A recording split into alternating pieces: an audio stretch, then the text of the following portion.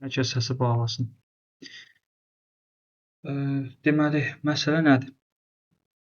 Excel düzdür, Excel biliyi çox önəmlidir, çox yerdə tələb olunur, amma onunla yanaşı Word, bax burada yazmasalar belə, kompüterdən istifadə, məsələn bunu yazmırlar, bunu yazmayan adamın da mən savadsızlığına verirəm. Yəni o belə fikirləşə bilər ki, hə bu Word Excel bilirsə, deməli bu kompüterdən normal istifadə edə bilir. Kontrol panelinədir, bilir, proqram silib yükləyə bilir. Bu kimi işləri bu adam bilir ki, yəni Excel çatır. Amma bu gün belə bir belə deyim də biabırçılıq var. Məsələn, Excel-də normal işləyən adam var, kompüterdən heç cür istifadə edə bilmir. Ancaq Excel-in içərisində işləyir. Çünki kursda normal keçməyiblər ona əməliyyat sistemi dərsini. Yəni bu da təbii ki, iş yeri onu o dərəcə düşünə bilmir ki, belə bir şey ola bilər. Deyir ki, hə, bu Excel bilirsə, deməli kompüteri söküb yığır, amma bilmir də adam. Yəni sizin onu da bilməməyiniz problem yaradacaq. Burada bu qrupda, WhatsApp qrupunda həm Excel öyrənmək istəyən bir qrup var. Yəni qarışıqdır. Həm də Office proqramlarının hamısını öyrənmək istəyən var. Mən yəni o Excel öyrənmək istəyənlərə məsləhətim odur ki, sıfırdan başlayıb bizlə elə bu qrupla tam şəkildə kompüter nədir, hamısına baxaq. Kompüterin ilk anlayışları, praktikası falan hamısına baxaq. Çünki yenə deyirəm, sabah gələcəksiniz orada, siz Excel söküb yığsaz belə, sizin Word-də və yaxud da digər əməliyyat sistemi ilə bağlı sənə deyəcək ki, bu faylı sil, bu faylı köçür, bu proqramı sil. Bunu bilməsən, bu yəni utanc verici bir şey olacaq. Çünki deyəcəklər ki, sən necə yəni bunu bilmirsən də? Bu cür Excel-də işləyirsən, necə yəni məsələn bu primitiv bir şey bilmirsən? Gələcək bu Excel-dən heç başı çıxmayan adam gələcək o şey sənin gözünün qabağında eləyəcək, deyəcək ki, sən onda bildiyin şey təkcə Excel. Yəni bu hallar yaşanmasın deyə biz Office proqramını tam şəkildə öyrənməyə məsləhət görürük. Yəni indi açdığım vakansiyadır. Düzdür, burada məhdudiyyət veriblər. Dünən bu gün paylaşılan vakansiyalardır. Amma ki hamısında yəni görürsüz ki Microsoft Office proqramları tələb olunur. Və iş yerlərindən iş yerinə dəyişir. Məsələn, iş yeri var ki, normal səviyyədə bəhs edir onlara. İş yeri var, amma daha advanced, məsələn, pivot, Excel-in dərinlikləri, pivot table, Power Query, iç-içə funksiyalar, formullar, aşaması, qrafiklər, bunlar lazım olur və orada əgər onlar lazım olursa maaş da onlara uyğun olur. Yəni sənə 500 manat verib, 600 manat verib deyə bilməzlər ki, sən pivot table-dan hesabat hazırla, iç-içə funksiyalar yaz, qrafiklərlə analizlər qur. Bunu sənə 500 manat verib deyə bilməzlər. Desələr deyəcəksən ki, mən də 800 manat istəyirəm, 1000 manat istəyirəm. Çünki 500 manat Excel-də cədvəl qurmaqdır, maaş hesablamaqdır. Bu kimi sadə şeylərin maaşı 500-600 manat gedir. Amma da Excel bir yüksəldikcə və o iş yerində onu tələb eləyirlərsə, orada artıq 500-600 manatda söhbət gedə bilməz. Minimum 800-1000 arası. Aydındır. Yəni bunları da başa düşmək lazımdır. Bu belə vakansiyanı gördük ki, təkcə Excel tələb olunmur. İndi məsəl üçün burada bir toplum da var ki, deyir ki, mən onlayn öyrənə bilmərəm. Bu da həm bu iki dərsdə həm onların sınağı olacaq. Yəni baxacaqlar ki, görə həm mən baxacağam, həm onlar baxacaq ki, görə onlayn öyrənə bilirlər yoxsa yox. Video rekord göndərəcəm hər dərsdən sonra tapşırıq və praktika üçün bir şey, məsəl üçün cədvəl falan, indi hansı dərs keçirsə ona uyğun da məlumat göndərəcəm. Bir də PDF-lər, hər dərsin PDF olur, ona göndərəcəm.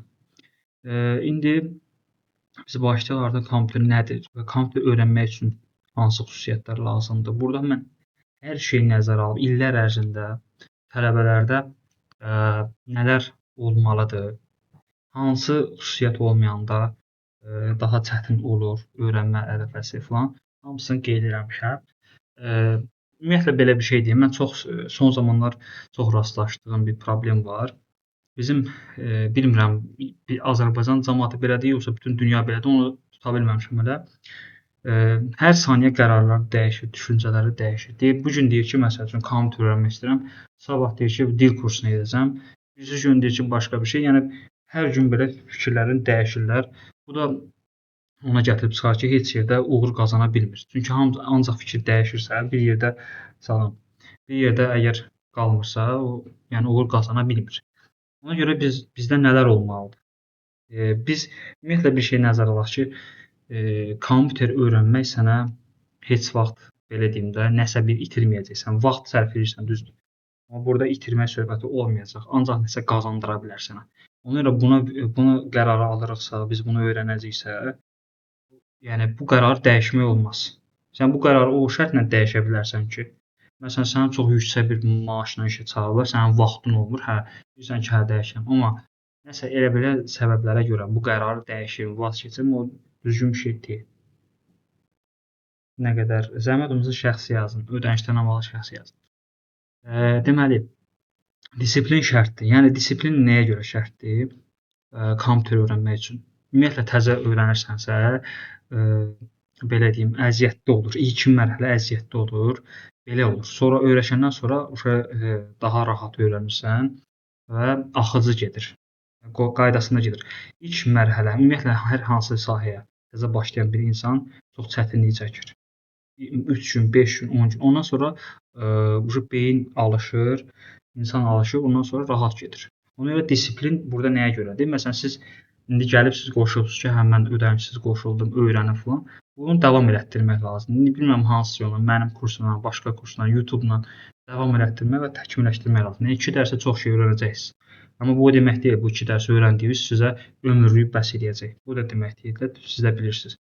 Cəmaət illərin, nə bilim, 10 illərin verir kompüterə, amma hələ də əl çəkmir. Ona görə disiplin nəyə görədir? Biz bu gün başlayırsınız, sabah birisi gün, o birisi gün, hər gün əgər 1 saat, 2 saat məşğul olsaq, disiplin sizdə formalaşır. Onun nəticəsində nə olur? Siz başlayırsınız nəticə əldə etməyə. Səbr, dözüm nədir? Öyrənmək istəyirəm deyib başlayırsınız. Öyrənmək istəyirəm deyəndə yeni şeylər, yeni texnologiyalar öyrənəcəksiniz, yeni proqramlar öyrənəcəksiniz. Burada qaçmaq lazım deyil. Üstünə getmək lazımdır. Səhvlərlə qarşılaşacaqsınız, nəsə alınmayacaq. Burada səbirli olmaq vacibdir. Qeyri-mənalı olaraq. Bax, burada mən bunu 2-ci yerə yazmışam.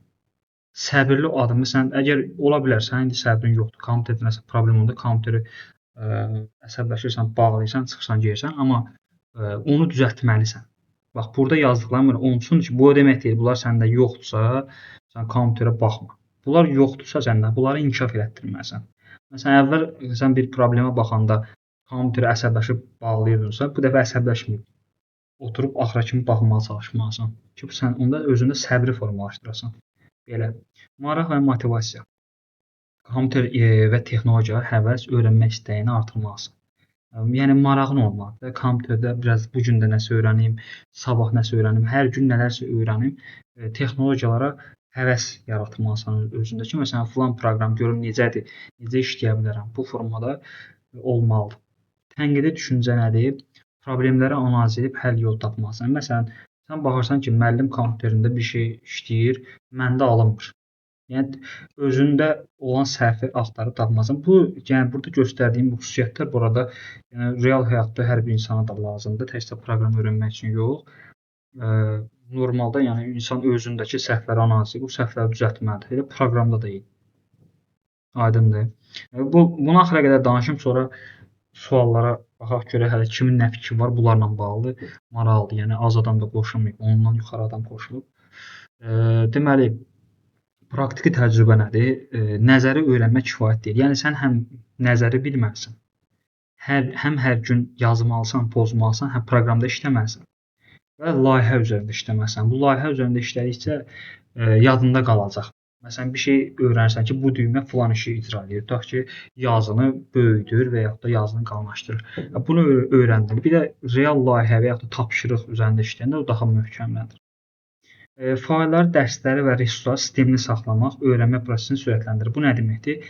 Yəni səliqəli formada saxlayırsan. Bir faylı, tutaq ki, Word yaratdın, indi biz onu keçəcəyik də hamısını. Word faylı yaradırsan, Word faylın içərisində başlayırsan Word tapşırıq 1, tapşırıq 2, Word dərs videosu, hamısını bir yerə yığırsan. Bir də var qarışıq. Axtardığın şeyi tapa bilmirsən, səliqəsiz yığılıb. Onda sən həvəsdən də düşürsən ki, mən filan videonu tapmağa vaxtım getdi. Səliqəli formada kompüterimizdə əgər yığırıqsa, o rahat olacaq. Özünü idarə etmə nədir? Sosial media. Bunu mən sizə qısa necə deyə bilərəm? TikTokda, Instagramda videoları scroll eləmək, sürüşdürüb baxmaq 3 saat, 4 saat, 5 saat belə vaxt keçirsə, bunları əgər sən yeni bir sahəyə girirsənsə, kompüterlə belə deyim, tam doğmalaşmaq istəyirsənsə, bunlardan biraz yayınmalısan.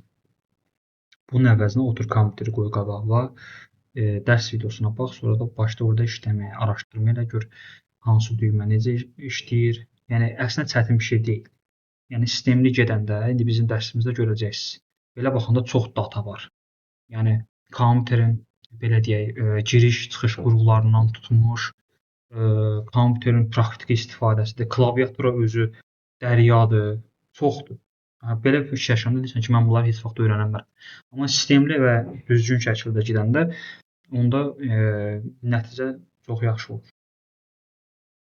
Belə. Sonra müasir texnologiyalara açıq olmaq nədir? Yeni proqram və vasitələrə alışmaq.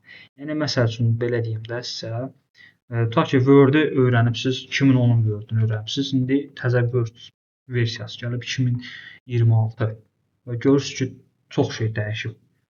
Çox şey dəyişib, bu sizə həvəsdən salmamalıdır. Bu sən o yeniliyə açıq olmalısan. Deməlisən ki, hə, bax, təzə Word-ü baxım görüm necədir. Biraz onu araşdırmalısan, maraq yaratmalısan. Bax, bu vərəqlə bağlı. Əsas budur da. Yəni bunlar qaydasında olandan sonra istənilən bir şey, Word-ü yox, istəyirsən proqramlaşdırmanı öyrən, kiber təhlükəsizliyi öyrən. Bununla bağlı kimin nə sualı, nə problem var? Qoşulan yoldaşlarla. Təklif ola bilər. Ümumiyyətlə. Nəsə sözünüz varsa buyurun.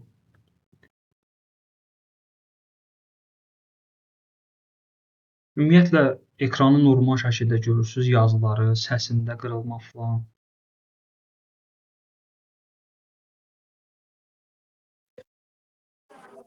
Bəli, görünür. Bəli.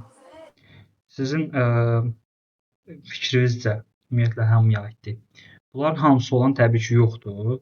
Məsələn, kim hansının özündə görür ki, hə, məndə bu var, bu yoxdur. Analiz edə bilirsə ən azından ki, elə səs açan xanım olsun. Yəni analiz edə bilirsiniz, məndə filan xüsusiyyət var, filan xüsusiyyət yoxdur, onu yarada bilərəm. Belə.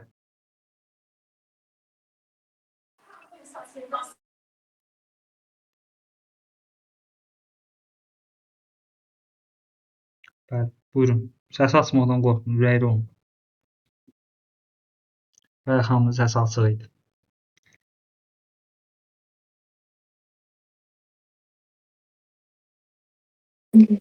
Salam müəllim, axşamınız xeyir. Axşamınız xeyir.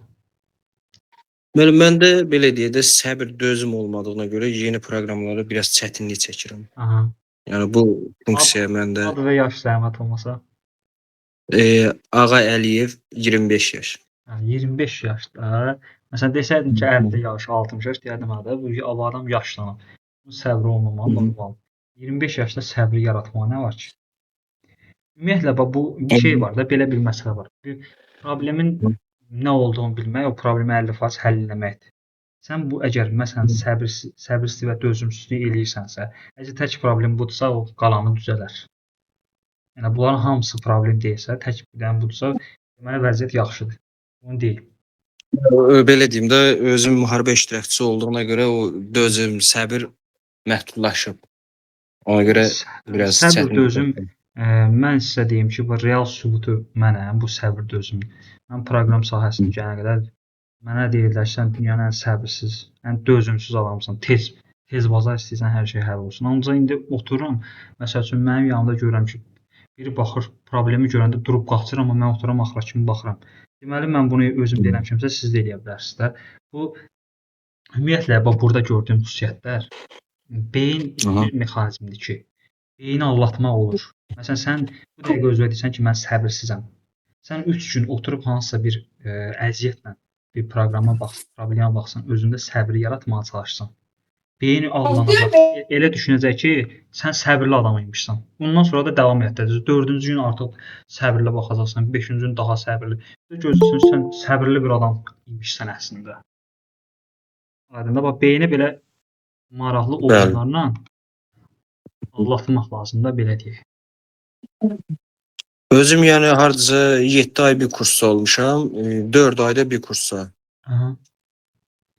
Yəni O düzdür, belə deyək də dərəcədə olmasa da normal ofis proqramlarındır, sonra nətər deyim, kompüterin özəllikləridir, işləyirəm onlardan. Bəli. İndi 2 dərs keçək, sonra 2 dərsdən sonra sizin fikriniz maraqlıdır. Görək hələ burada keçdiklərimiz qədər neçə faizini keçmişdiniz kurslarda. Mən o maraq. Burada yazılan. Hı hı. Hə, bunların yoldaşları. Bax indi məsələn bir yoldaş səs açdı deyir ki, məndə səbir dözüm yoxdur. Elə olsun disiplin, olsun maraq motiv. Bunlar heç biri sizdə olmaya da bilər. Hamısı sizdə ola da bilər. Burada məsələ nədir?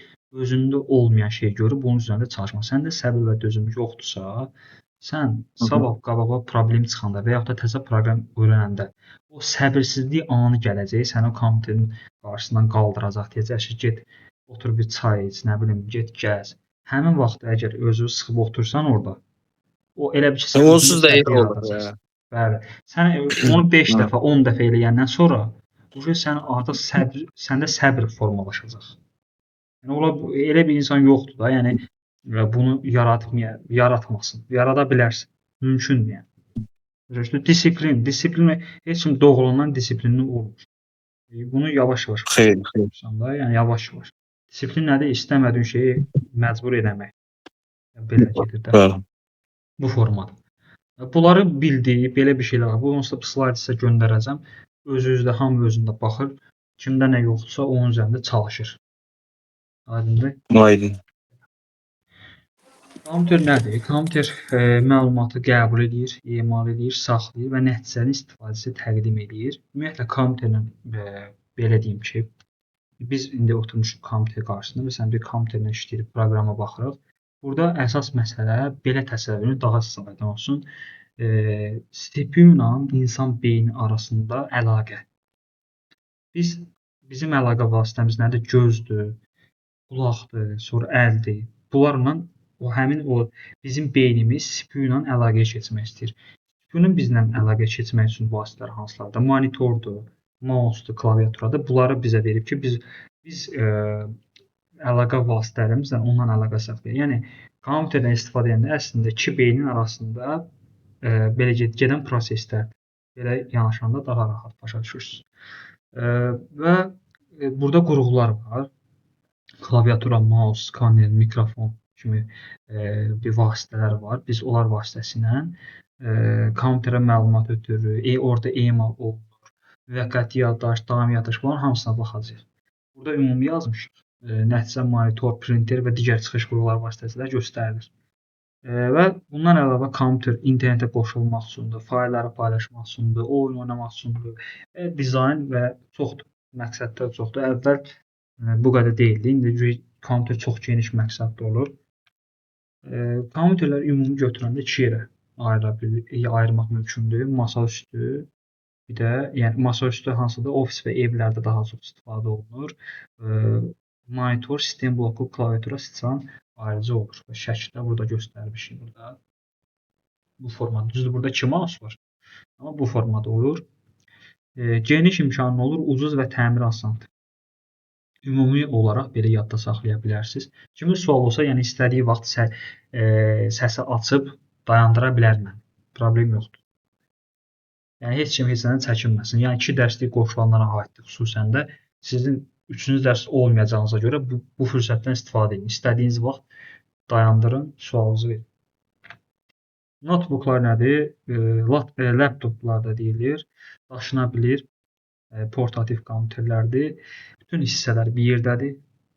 Yəni monitor və CPU-su, RAM-ı, hər bir şey bunun içərisindədir. Və istənilən yerdə bunun yəni baha olmasının əsas səbəbi nədir? Daşınabilir olmasıdır. Yəni digər kompüterdən fərqlənərək daşınabilir olmasıdır. İstənilən yerdə aparıb işlədə bilirik və bataryası da var. Təbii ki, telefon kimi istifadə edilir. Telefon qədər rahat daşınmasın, amma daşınabilir. Yəni bu kompüterə baxanda bunu daşımaq qeyri-mümkündür. Sən bunu güclə aparırsan, maşını yığırsan, oradan aparırsan. Yəni bu formada çox çətindir bu daşınmağı, amma bu yenə sumkası var. Atdığın sumkasını apardın. Yəni eyni gücdə olsalar da, bununla bu eyni gücdə olsa da qiymət fərqi çox olur. Daşına bilir səbəbinə görə. Mənim bir sual olar. Bəli. MacBook'la notebook'un nə fərqi var? MacBook'la notebook'un notebook'un funksiyaları çox genişdir.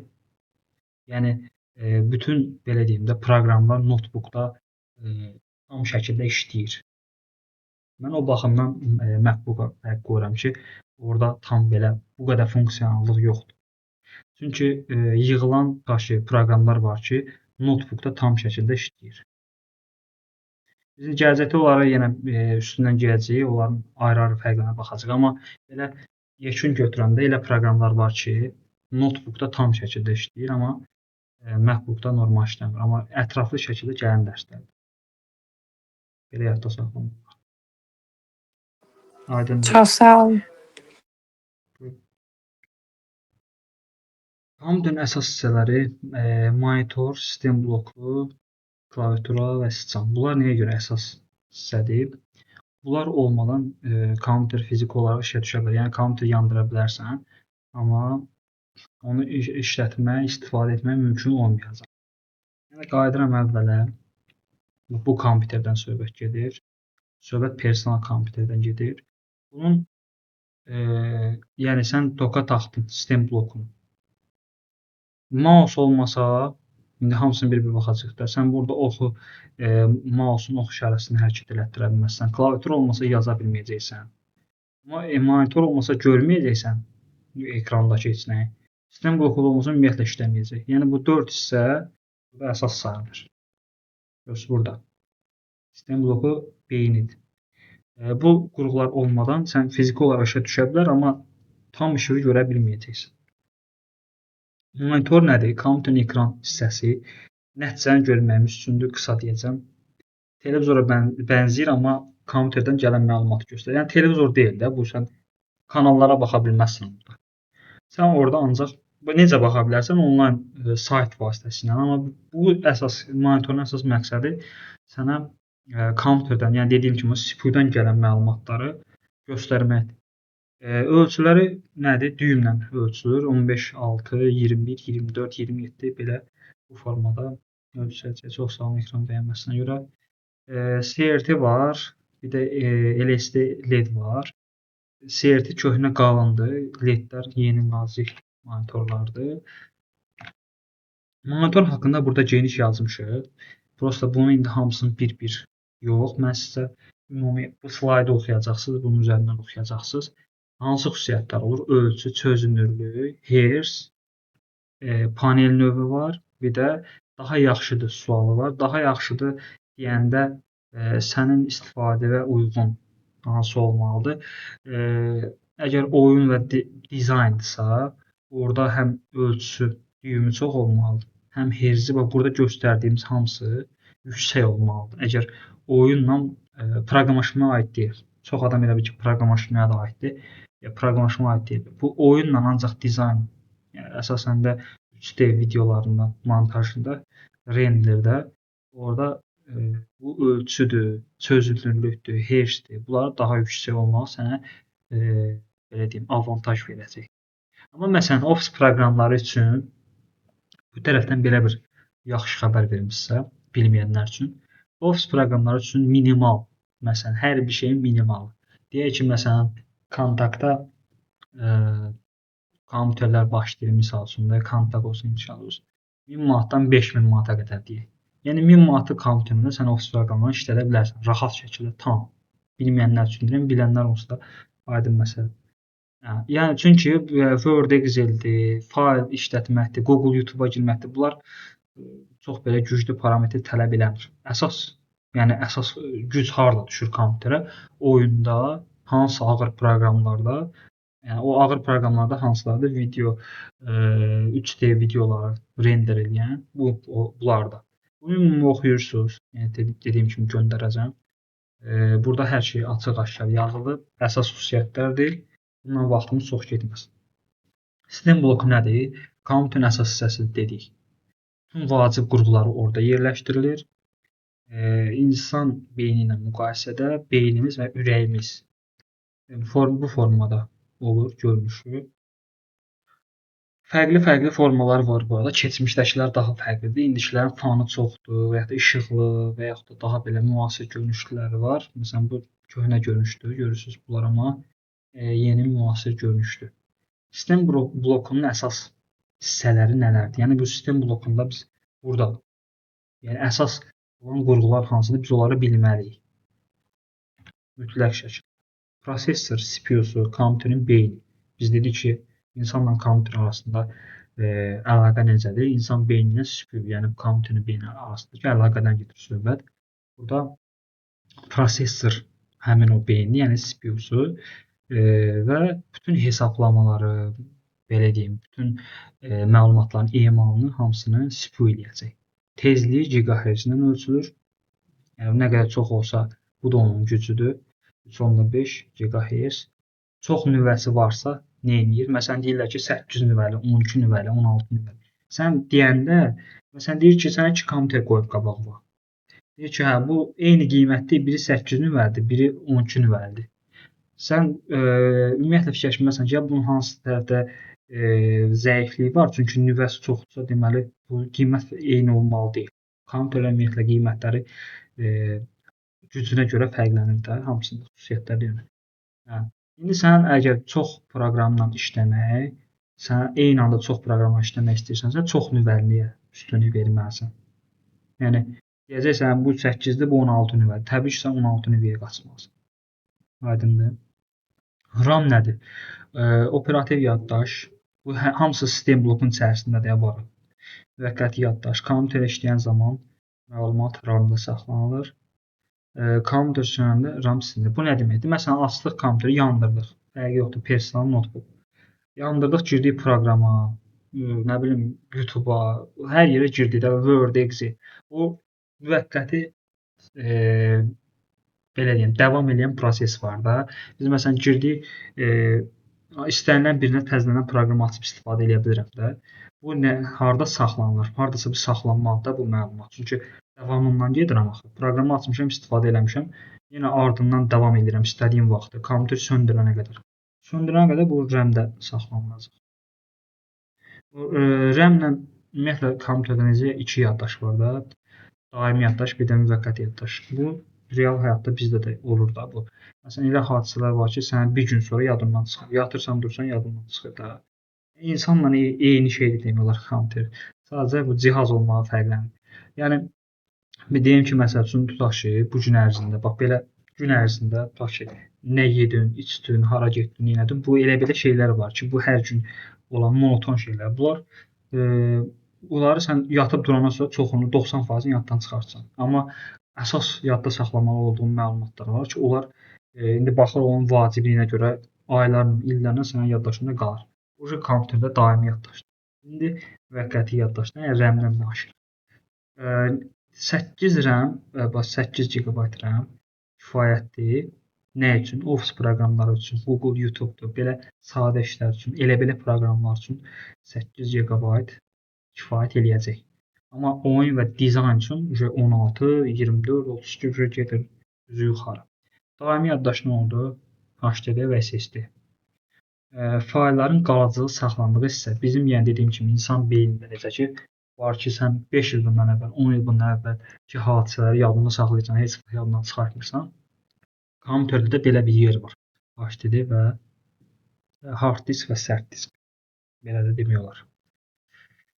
Aydındır. İndi bunların fərqi nədir? Yəni kompüter var, HDD yaddaşdır, kompüter var, SSD-dir. Bunların fərqi nədir? HDD mexaniki olur, ucuz olur, amma yavaşdır. Yəni kompüter o yaddaşdan istifadə edəndə məlumatları daha yavaş götürə bilir. SSD isə sürətlidir, yəni mexanik deyil, sürətli. Səssizdir və işləməyə səsi az çıxır. Yəni kompüter əgər HDD istifadə edirsə, o kompüter çox səs eləyə bilər. Çünki SSD deyil, SSD daha səssiz, daha bahalıdır. Bunun baha olmasının səbəbi kompüterin sürətini zəiflətməməsi, yəni əksinə sürətləndirməsi. SSD istifadə edirsənsə, kompüter daha sürətli olur deyə daha sürətli işləyir və bu da ona görə bahalı olur. SSD kompüter daha tez açılır, proqramlar daha sürətli işləyir. Yəni kompüterdə işləyən adam əgər belə deyim, daha böyük işlər görürsə, sürətli işləmək lazım olur ona. Ona görə ona SSD lazımdır ki, kompüter tez açılsın, proqramlar tez açsın və SSD və prosesorunda nüvəsi çoxdursa, eyni anda 20 dənə proqram məsəl üçün açır, hamısında işləyir. Görürsüz, hamısı burada şərtdir. Yəni bunu bitirəndə bununla bağlı suallarınızı alacağam. İndi hazırlaya bilərsiniz. Video kart. Video kart haqqında çox az adam bilir. Ümumiyyətlə mən öz təcrübəmdən bilirəm. GPU və hətta bunu, yəni GPU deyəndə elə bilir CPU-dur. Səhv yazılır. Bu səhv yazılmır. Elə bu video kartın qısaldılmışıdır. Görüntünü emal edir. Və iki formatda olur kompüterlərdə. Bunu da əsas vurğulayım ki, hansı formatda olur. Gedirsən, görürsən ki, yazıb ki, kompüterin video kartı Intel U nə bilim nə. Bu o deməkdir ki, video kartın adı olmadı. İndi biz video kartlarda görəcəyik. Bu o deməkdir ki, inteqrasiya olunub. Yəni əslində bunun video kartı yoxdur. Biz gələn dərsimizdə praktikada biz baxacağıq ki, bizim video kartımız hansıdır, inteqrə olunan hansıdır, hansına nə qədər yük düşür. Gələn də praktik dərsimizdə ona baxacağıq. Ona görə gələn dərsin mütləq hamı bax, videoya baxan, bu dərsdə olan hamı mütləq şəkildə qoşulsun. Çox vacib şeylərə baxacaq. İndi məlumatımız olmalı ki, yəni GPU nədir? Video kartdır. Yəni ofis işləri üçün inteqrə olunmuş. İnteqrə olunmuş nə deməkdir? Yəni xüsusi bir video kartı yoxdur. Ancaq bu CPU-nun özündə video kartı kimi hissə var. O idarə eləyir. Yəni video kartı əvəz eləyir. Video kart yoxdur. Xüsusi bir video kartı yoxdur. Oyun dizayn və montaj üçün bizə xüsusi video kart lazımdır. Yəni CPU-nun video kartı ilə olmayacaq. Ana plata nədir? Bütün hissələri birləşdirir. Bir lövhədir. Yəni bunların hamısına şəklinə baxacağıq. Biz ümumi baxırıq hələ ki. Bir hissədir. Burada prosesordur, RAM-dır, video kartdır. Digər hissələr bu hissədə yerləşdirilir. Qidalama bloku nədir? Elektrik enerjisini bütün hissələrə paylayır. Bizdə necə ki qan dövranı var, damarlardan bütün orqanlara qan paylanır. Burada da elektrik getməlidir. Qidalama bloku vasitəsilə elektrik enerjisi bütün hissələrə paylanacaq. Prosesor beyin, RAM işçi yaddaş, qısa yaddaş, HDD və SSD daimi yaddaş, video kart gözlər, burada görürsünüz insanla bənzətmişik. Qidalama bloku ürək, qan dövranı, ana plata bədən. Bədən yenir bütün orqanları özündə birləşdirir.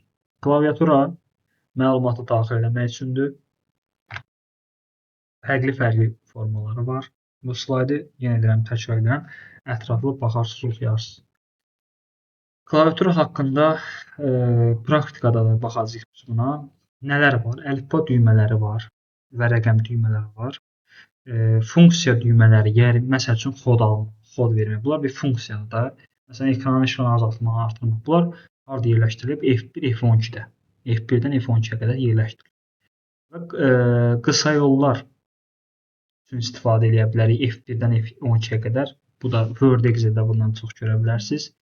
F1 kömək, F5 yenilənmə. Məsəl üçün bu tutaq ki, burada F-lərin belə bir maraqlı xüsusiyyəti var, onu da deyim. Məsələn, F5 mənim klaviaturamda ekranın işığını azaltmaqdır. Və girirəm hansısa proqramda F5 basıram. Proqramda məsələn yenilənmə olur. Proqramın içərisində update gedir. Məlumatlar yenilənir. Proqramı elə yazırlar ki, əgər bu istifadəçi bu proqramın içərisinə daxil olubsa, orada F5-i basıbsa, orada bu F5-in əlavə bir xüsusiyyəti olsun. Yenilənmə eləsin, məsəl üçün. Yəni belə bir F-lərin belə bir maraqlı xüsusiyyəti var. Bundan əvvəl bir bura qayıdıb bunlarla bağlı kimin sualı, başa düşmədiyi, əlavə və yaxud da problemi varsa səs açıb buyura bilər.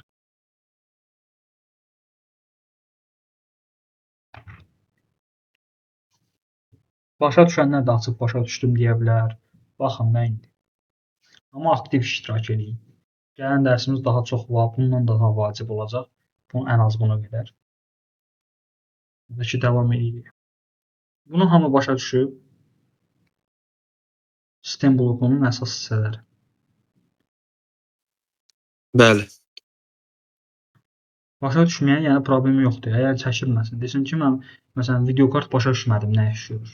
Məsəl üçün atıram. Yəni çəkinmə, utanmaq söhbəti olmasın. Bu YouTube deyil ki, dərslərə yəni baxasınız orada, heç nə deməyəsiniz. Bu canlı dərsdir. Ümumiyyətlə klaviaturanın praktikası, biz burada klaviaturanı hələ qısa deyirik də. Klaviaturanı tanışdırdıq. Klaviaturanı daha detallı işləmək üçün Layiq bəy, biz praktikada baxacağıq ona. Və idarəetmə düymələri əsas belə bir düymələr var ki, Ctrl, Alt, Shift, S. Bunlar bütün proqramlarda işləyir və özlərinin xüsusiyyətləri var. Məsələn, Ctrl-C yapışdırmaq bütün proqramlarda eynidir. Və C-ni tək bassam olmayacaq. Ctrl-la C eləsəm onu kopyalamaq. Bunlarla da qısa yollar var, xüsusi əmrlər üçün. Ox düymələri nədir? Klaviaturamızın sağ aşağı hissəsində yerləşir adətən. Buna arrow keys də deyirlər. Kursoru hərəkət etdirmək üçün və yaxud da obyektləri hərəkət etdirmək üçün bunlardan istifadə edəcəyik. Mətn və ya kursoru hərəkət etdirmək üçün. Enter var, backspace var, delete var. Bunlar da proqramda baxacağıq. Amma ümumi tanış olaq ki, əmri təsdiqləyir. Enter, backspace soldakı hərfdir, delete sağdakı hərfdir. Numpad nədir? Rəqəmlər olan hissə. Mən sizə bunu bundan göstərmək istəyirəm. Bir dəqiqə, burada. Burada bir qısa klaviaturadır. Burada tam həmsi yoxdur. İndi bəzi kompüter notebooklar var ki, orada bu formadadır. Belə. Hər bir düymənin öz funksiyası var və bunun daha detallı biz gələn dərsimizdə əgər klaviaturanı axıra saxlayacağam, onu da baxacağıq. Ümumi burada məlumat yazmışıq ki, belə anlayışınız olsun. Numpad, məsələn, bunda numpad yoxdur, baxın. Bunda yoxdur. Burada rəqəmlər olmalıdır. Mənim öz klaviaturamda var, ikisindən. Amma sizdə indi özünüzdə ola da bilər, olmaya da bilər. Aydındır. Rəqəmləri sağda, həm yuxarıda yerləşdiriblər, soldan sağa doğru, həm də sağda. Rəqəmlər klaviatura baxsaq görəsiniz ki, normal kompüterlərdə iki tərəfdə var. Çünki rəqəmlər tez-tez istifadə oluna bilər də. Daha sürətli işləmək üçün yığcam şəkildə klaviaturanın sağ aşağısına yerləşdirilib. Masaüstü klaviatura üçün ayrıcı olur. Notebookda daha kiçik vəzən numpad olmur. Yəni notebook, kiçik notebooklarda həmin o rəqəmlər olmur. Sağdakı rəqəmlər olmur. Burada mexaniki klaviatura var. Oyunçular üçün. Yəni o səsi bərk çıxır klaviaturanın. Amma sürətli cavab verir. Yəni basan kimi, klikləyən kimi o işləyir. Bir də var membran klaviatura. Əsasən notebooklarda membran olur. Sakit işləyir, yəni səs çıxmır. Gündəlik istifadə üçün.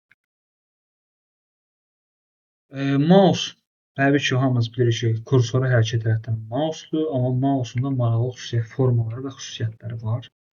İşıqlı mouse var, bluetooth olan var və s. Bu formalarını görürsünüz. Sol düymənin mən hələ eşitməmişəm ki, məsələn, hansısa tələbə gəlsin desin ki, həm tələbə məsuliyyətsiz yanaşır belə detal, həm də kurs da məsuliyyətsiz yanaşır. Desən, qonağımız var. Bir dəqiqə. Bu gedişmiş bir qonaq oldu da.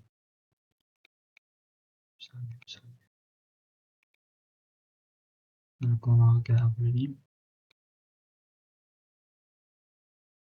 Yox deyəsən. İndi məsələ nədir burada? Mouse haqqında mouse'un mənə elə rast gəlməyib ki, desin ki, konkret sol düymə bunun üçündür, sağ düymə bunun üçündür, orta düymə bunun üçündür. Biz kursda bunu da keçirik. Buna qədər keçirik. Nə qədər çox bilsəz, bu sizin üstünlüyünüzdür. Yəni, məlumatın çoxundan qorxmayın, qaçmayın. Amma vacib. Çünki proqramları işləyəndə mən gəlirsən failin üzərində failə giriş eləmək üçün götürüb sağ düyməni vurur. Çünki bilmir axı bu sağ düymə əlavə seçimlər, menyunu açır. Bax, indi ən üstə göstərir.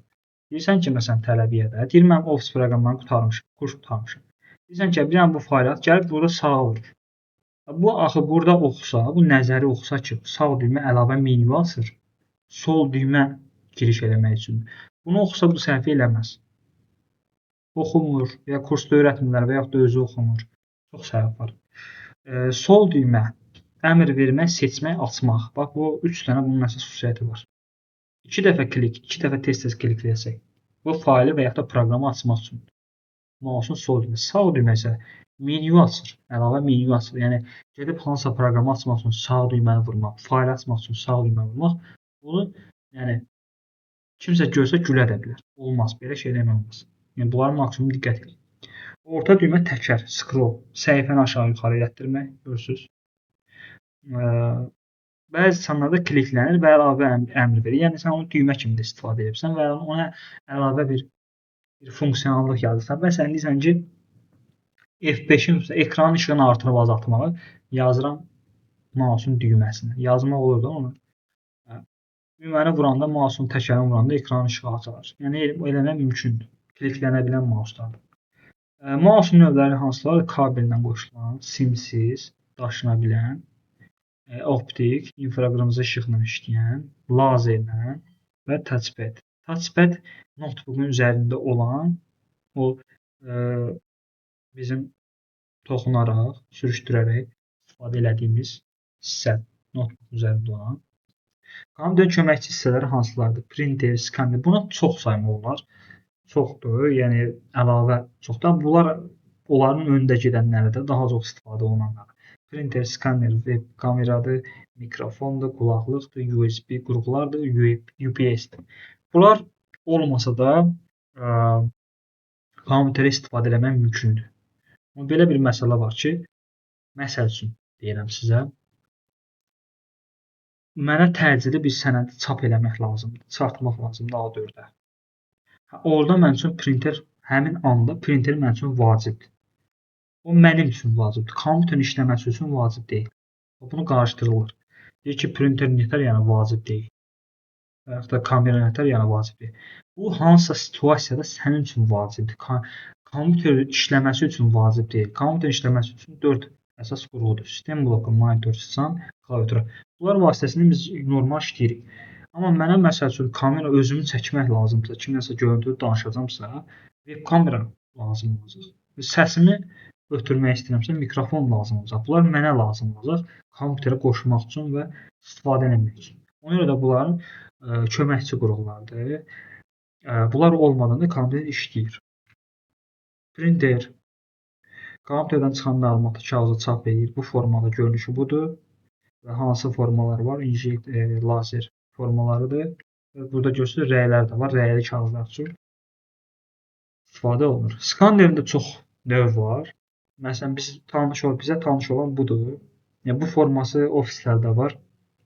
Məsələn, biz sənədi skanner vasitəsilə Word-a biz köçürürük ki, orada üzərində işləyək, nəyəsə sözü dəyişək, nəsə əlavə eləyək, silək, pozaq. Belə bundan ofislərdə istifadə olunur. Bu da marketlərdə istifadə olunan barkod sistemini oxuyan skannerdir. Kağız sənədi rəqəmsal formata çevirir. Yəni bu oxuyur, məlumat ötürür. Məsələn, barkodu oxuyur, deyir ki, məsələn, hansısa bir şirniyyat növüdür. Onu bir dəfə də oxudur, o 2 dəfə olur. Yəni 2 dəfə oxunur. O proqramlaşdırılır da təbii ki də. Sadəcə barkodu oxuyub nə edir? Çevirir məhsul adına. Düzdür? Burada da bu sənədi oxuyub nə edir? Çevirir bir Word sənədinə. Bu formada skanner istifadə olunur. Web kamera bizi çəkməsi üçün təbii ki lazımdır.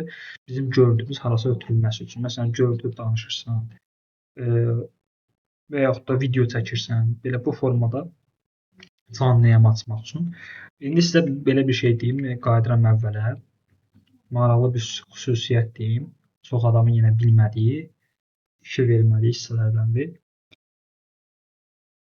Bax, mən burada personal kompüter almışam. Bir tərəfdə personal kompüter almışam, bir tərəfdə də notebook almışam. Yəni, və yaxud da siz almışsınız, fərqi yox. Sən bundan əgər görüntülü danışmaq istəyirsənsə, bunun kolonka falan yoxdur da, deyə, heç nə yoxdur. Bir dənə bu əsas qurğulardır. Bu isə bir dənə notebookdur, bir də heç mausu da yoxdur. Sən bu notebookla görüntülü danışa bilərsən, bununla danışa bilməzsən. Niyə? Səbəb nə? Çünki görüntülü danışmaq üçün mənim görüntümü çəkməsi üçün kamera lazımdır. Notebookun özündə olur, yuxarı hissədə. Bunda olmur. Buna sən kamera alıb taxmalısan üstünə. Bəs mənim görüntümü gördü. Bəs mənim səsimi ötürən nədir? Burada bunun yenə bu hissəsində var. Mikrofon. O da var. Və deyək ki, səsimi də ötürdüm deyək ki, mikrofon da alıb qoşmuşam buna. Kamera da alıb qoşmuşam. Səsini də edir. Amma oradan gələn səsi mən necə eşidəcəm? Ona kolonka qoşmasam, notebookun o da içərisindədir. Deməli, kolonkadır, mikrofondur, kameradır. Bu kimi şeylər hamısı notebookun içərisində. Bahalı olmasının səbəbi odur. Kiçik bir hissəyə hamısı yığılıb. Hər şey qaydasında. Sən bunu notebook aldınsa əlavə 50 dənə şey almağa ehtiyacın yoxdur. Bu hər şey bunun içindədir. Elə bu personalı da alırsansa bax bu formada. Sən buna kolonka aldın, qulaqlıq aldın, nə bilim kamera aldın falan aldın. Onsuz da bu qiymət artacaq da, yenə bir büdcə yığılacaq. Əgər keyfiyyətli məhsullar alırsansa, yenə artacaq. Ona görə personal bu halda çox ucuzdur. İndi müqayisədə 4 əsas qurğu ilə alırsansa, çox ucuz gəlir. Çünki bunun əlavə hələ almalı olduğun şeylər də var, ona görə. Məsələ odur. Gəldik köməkçi qurğular. Köməkçi qurğular notebooka da qoşa bilirsən, təbii ki. Qoşa bilirsən personal kompüterdə. Web kamera dedik ki, yəni notebookun özündə olur. Amma personal alıb qoşmaq lazımdır. Mikrofon, səsimizi ötürmək üçün. Mən səsimi kompüterə necə ötürüm? Mikrofon vasitəsilə o mənim səsimi almalıdır. Yəni, mikrofon notebookun içərisində olur, amma personal alıb belə bu formada qoşmaq lazımdır. Sonra qulaqlıq. Oradan çıxan səsi mən necə eşitdim? Notebookun içərisində var o səs kolonkası, belə deyək, səs ötürücüsü. Amma personalda yoxdur. Bunu almalıyam, qoşmalıyam ki, mən oradan gələn səslər, oyunun səsini, videonun səsini, kimləsə danışıramsa onun səsini, səs çıxışı üçün qulaqlıq olmalıdır. USB qurğular nədir? Bax, bu belə bir qurğudur. Bu hissəsi qoşulur kompüterə. Burada telefon qoşa bilərsən, digər cihazlar, kameradır və s. hamısını bura qoşa bilərsən. Yəni, bunun vasitəsilə bir çıxışla bir dəfə qoşursan kompüterə, burada qoşursan cihazları. Bu sənə USB qurğular. UPS nədir? Təhlükəsizlik üçündür ümumiyyətlə. Bu notebooka lazım deyil, amma personala lazım. Bax, nədir?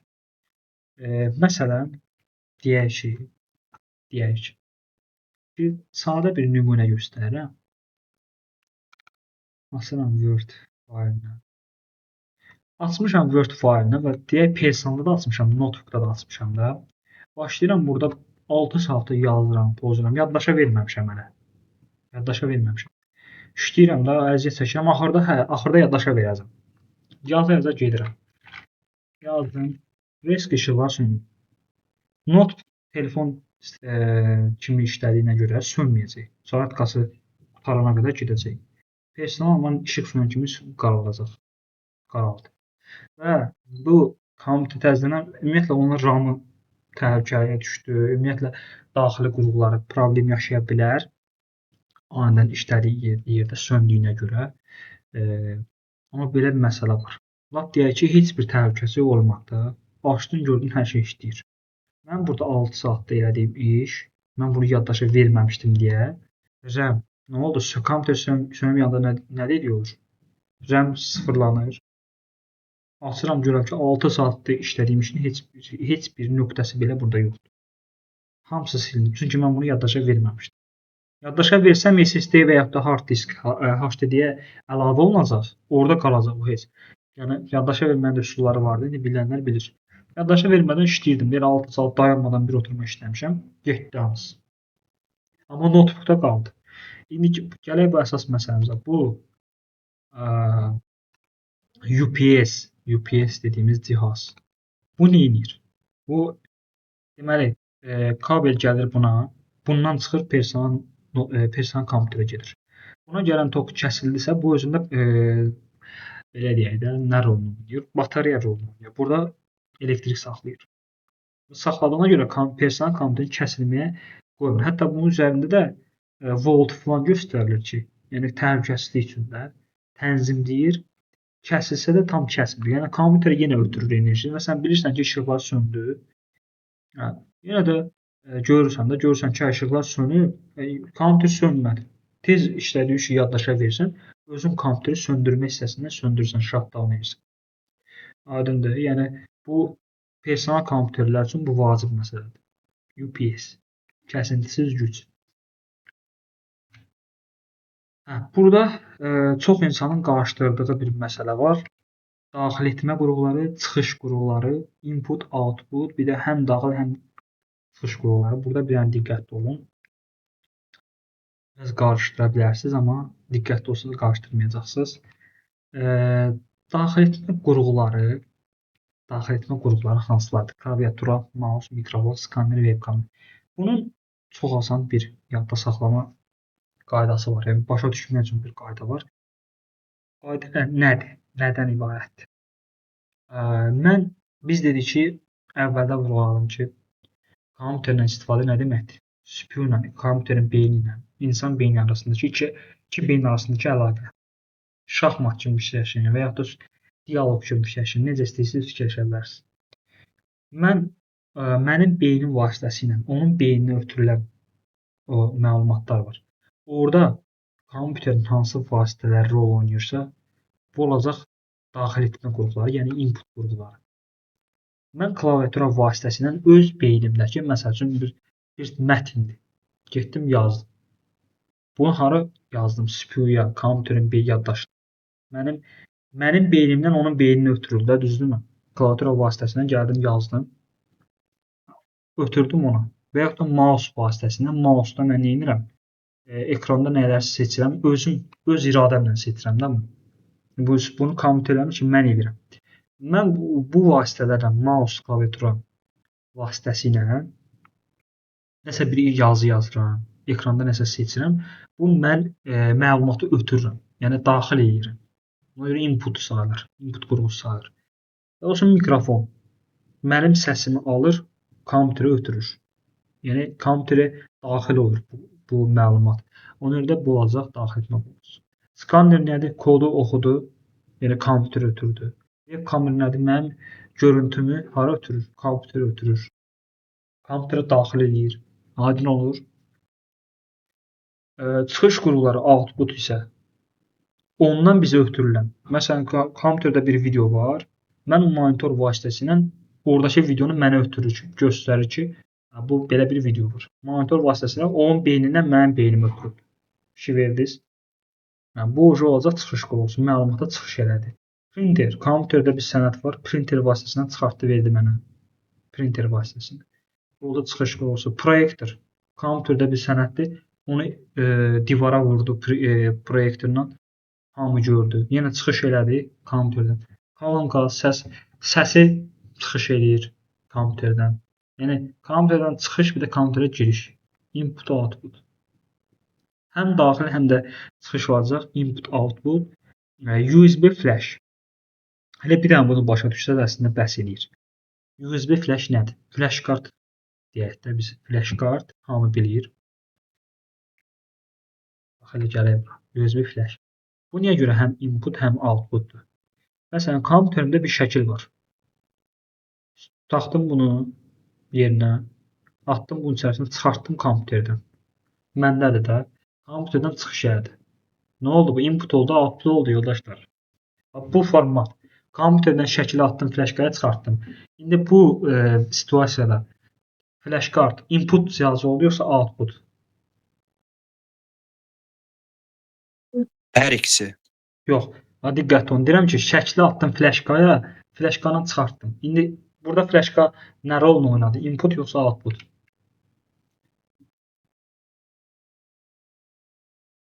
Input. Input daxil etmə. Mən məlumatı daxil etmirəm, axı şəkili götürürəm, atıram. Mənəm üzrlü sayın çıxış qurğularıdır bu output. Output. Çünki mən kompüterdən nəsə götürdüm, apardım da, düzdür?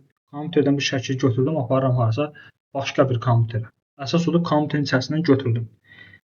İndi bu situasiyada bu oldu, flash-ka oldu output cihazı. Yəni məlumatı bunun vasitəsilə götürdüm. Şəkildə və ya da sən kompüterdən götürdüm, apardım. Başqa bir kompüter gətirirəm. Bu səfər əks proses. İçərisində şəkil var. Şəkil məndədir. Əlimdəki fleşkadadır. Kompüterdə yoxdur. Fleşkanı taxıb şəkli atıramıram. Məndən kompüterə ötürüldü. Bunun adı nə gedir? Input gedir. Input. Hə. Deməli fleşka həm input rolunu oynadı, həm də output rolunu oynadı. Burada məsəl üçün bu qulaqçıq mikrofonu da deyə bilərəm. Qulaqçıq mikrofona gələk.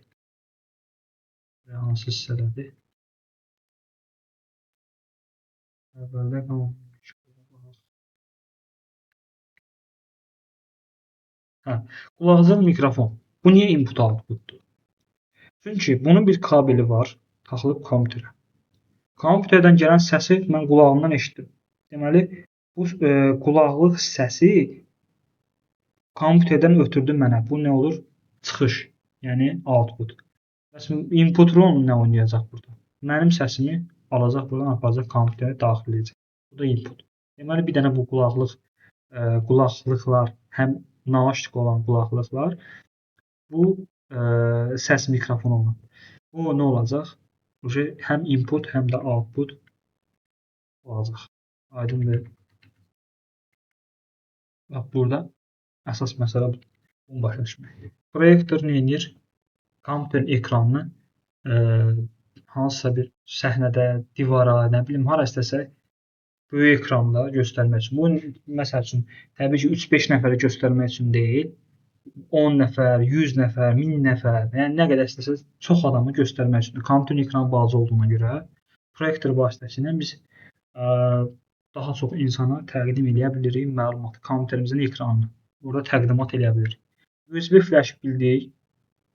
Nə üçündür? Kiçik yaddaşdır. Daşına bilir. Bunun üstünlüyü nədir? Daşına bilir olması. Amma buna çox güvənmək olmaz. Yəni mən sizə onu deyim ki, məsələn, mənim qiymətdən bağlı şəxsi yazım.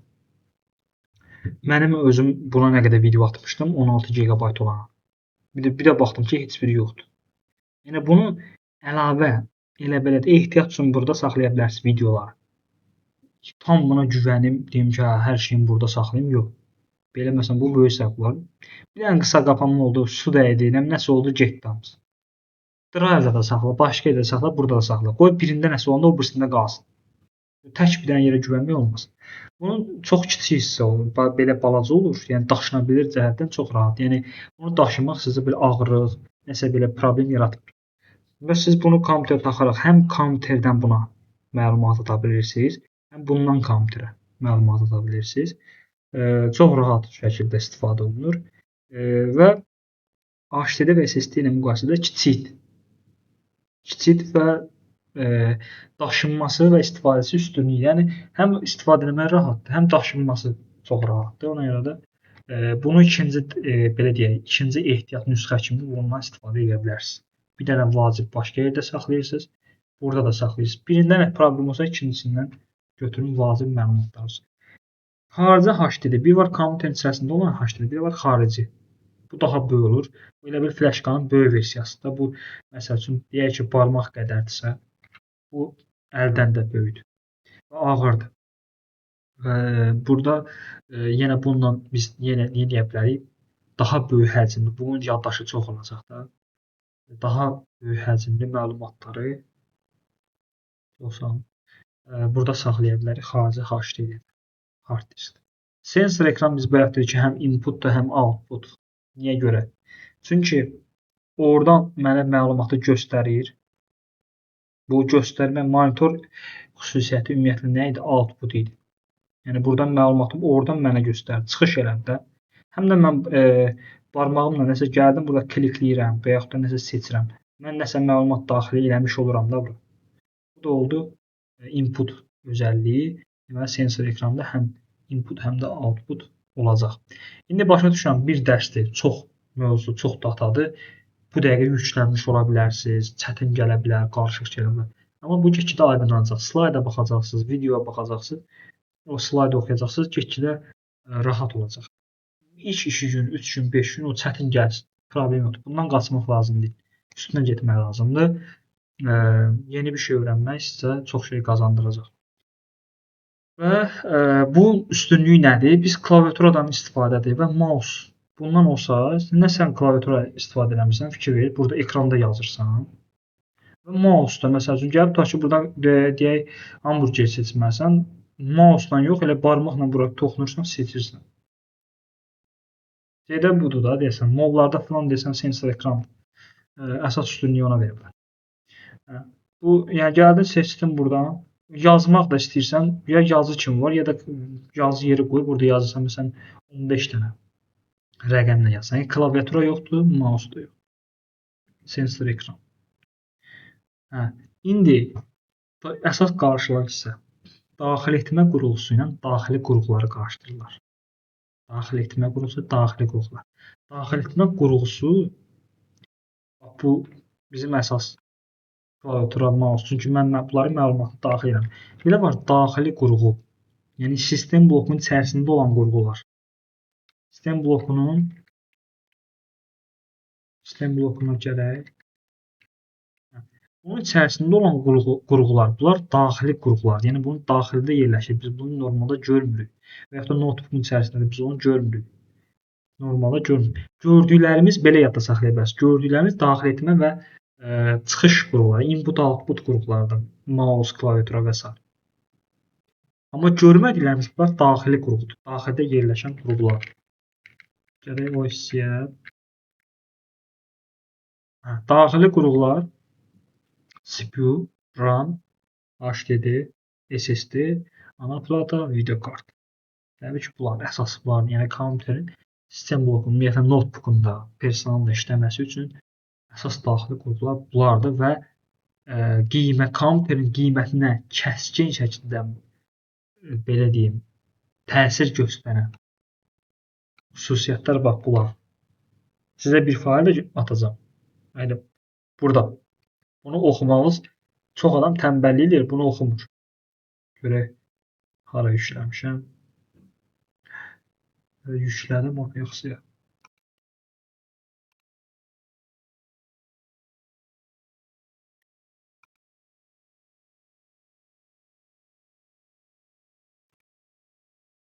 Yükləməmişəmsə yükləyib atacağam.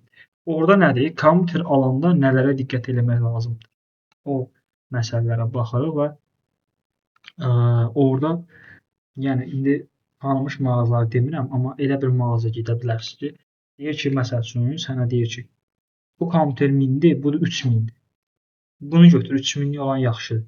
Deyirsən ki, nəyə yaxşıdır? Niyə 3000'dir? Ya o oradakı işləyən savadsız olur, sənə izah edə bilmir.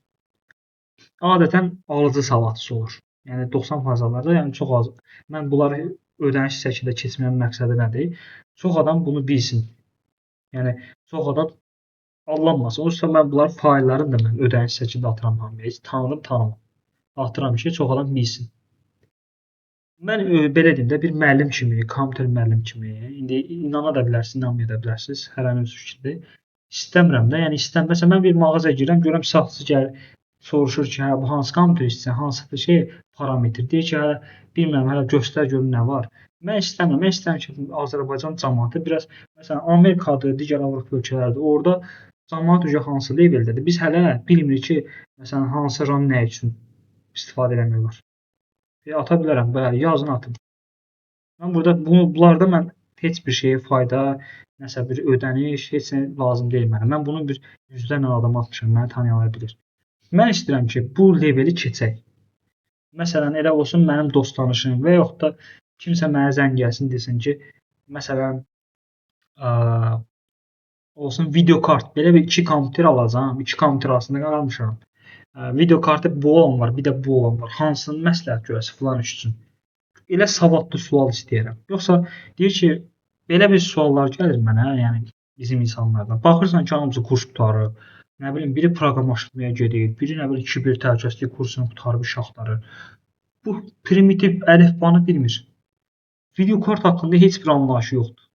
Nə bilim, CPU-nun formaları, biz onların hamısını keçəcəyik də. İndi bu gün mən şey də atacağam, bundan sonra PDF atacağam. Bir də birinci gün dərsimiz var. Bunları bilmirsən, sən kiber təhlükəsizlik oxursan. Yəni bu ayıbdır. Sən artıq onu oxuyursansa, səndən bunları sən üçün nümunəvi bir kompüter mütəxəssisisən. Səndən soruşacaqlar. Soruşmalıdırlar da. Səndən məsləhət almalı. Sən ağır proqramlarla işləyirsən, sən nətər yəni bilmirsən ki, hansı CPU güclü olar? Yəni bu birmənalı olaraq ayıbdır. Aydındır. Ona görə burada daxili qurğular və daxili qurğuların haqqında burada geniş məlumat yazmışam. Bu çox da geniş deyil ha. Yəni bunun haqqında CPU-nun haqqında kitab yazmaq olar. Bu sizin minimal öyrənə biləcəyiniz ən vacib məlumatlardır. Hansı funksiyaları daxil edən olunan məlumatları emal olunmasıdır, proqramların işləməsi üçün əmrlər verməkdir, nə quruluşları var, nüvələr, sürət. Burada oxuyanda zaten kitab kimi oxumuyorum bunu, kitab cümləsi kimi yox.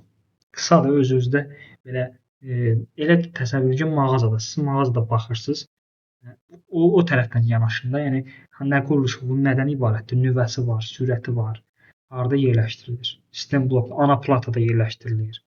Yəni açar sözlərə baxın da, oxuyanda, yadda saxlayanda. Üzərində qoruyucu olur və soyuducu fan və radiator olur. Çox qızmasın. CPU işləyici qızır axı təbii ki. Və bu CPU olmasa heç bir proqram işləməyəcək.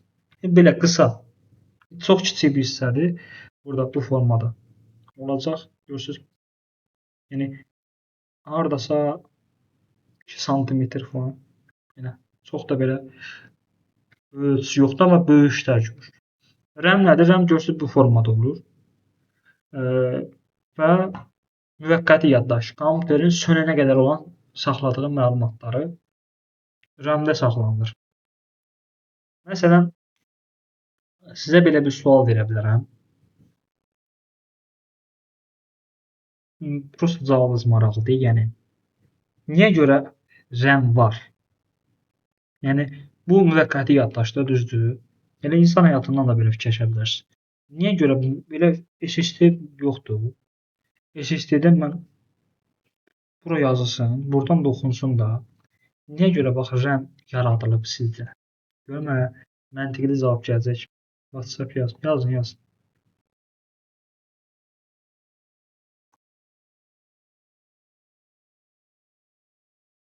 Nəsə bir ideyası, nəsə bir təklifi olan var. RAM niyə var? Yəni kompüter RAM-i niyə istifadə eləsin?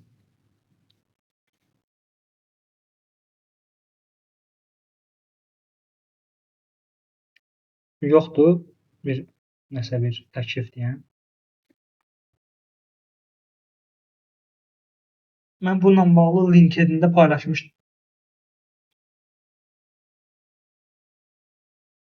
Yəni təsəvvür edin ki, mənim 256 GB mənim SSD-m var. Hələ minimum deyirəm. 256 GB SSD-dən istifadə eləmirəm. Yəni kompüter olaraq. 4.8, yəni 4.8 hara, 256 hara. Bunlardan istifadə edirəm.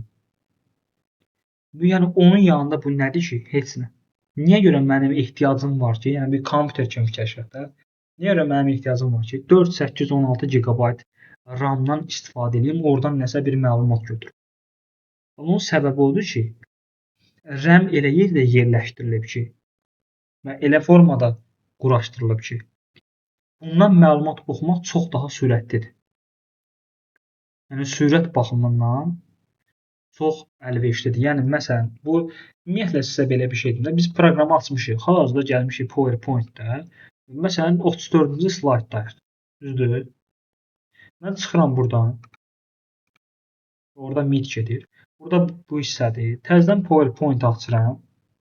Təzədən baxıram ki, hardayam 34-cü slayd.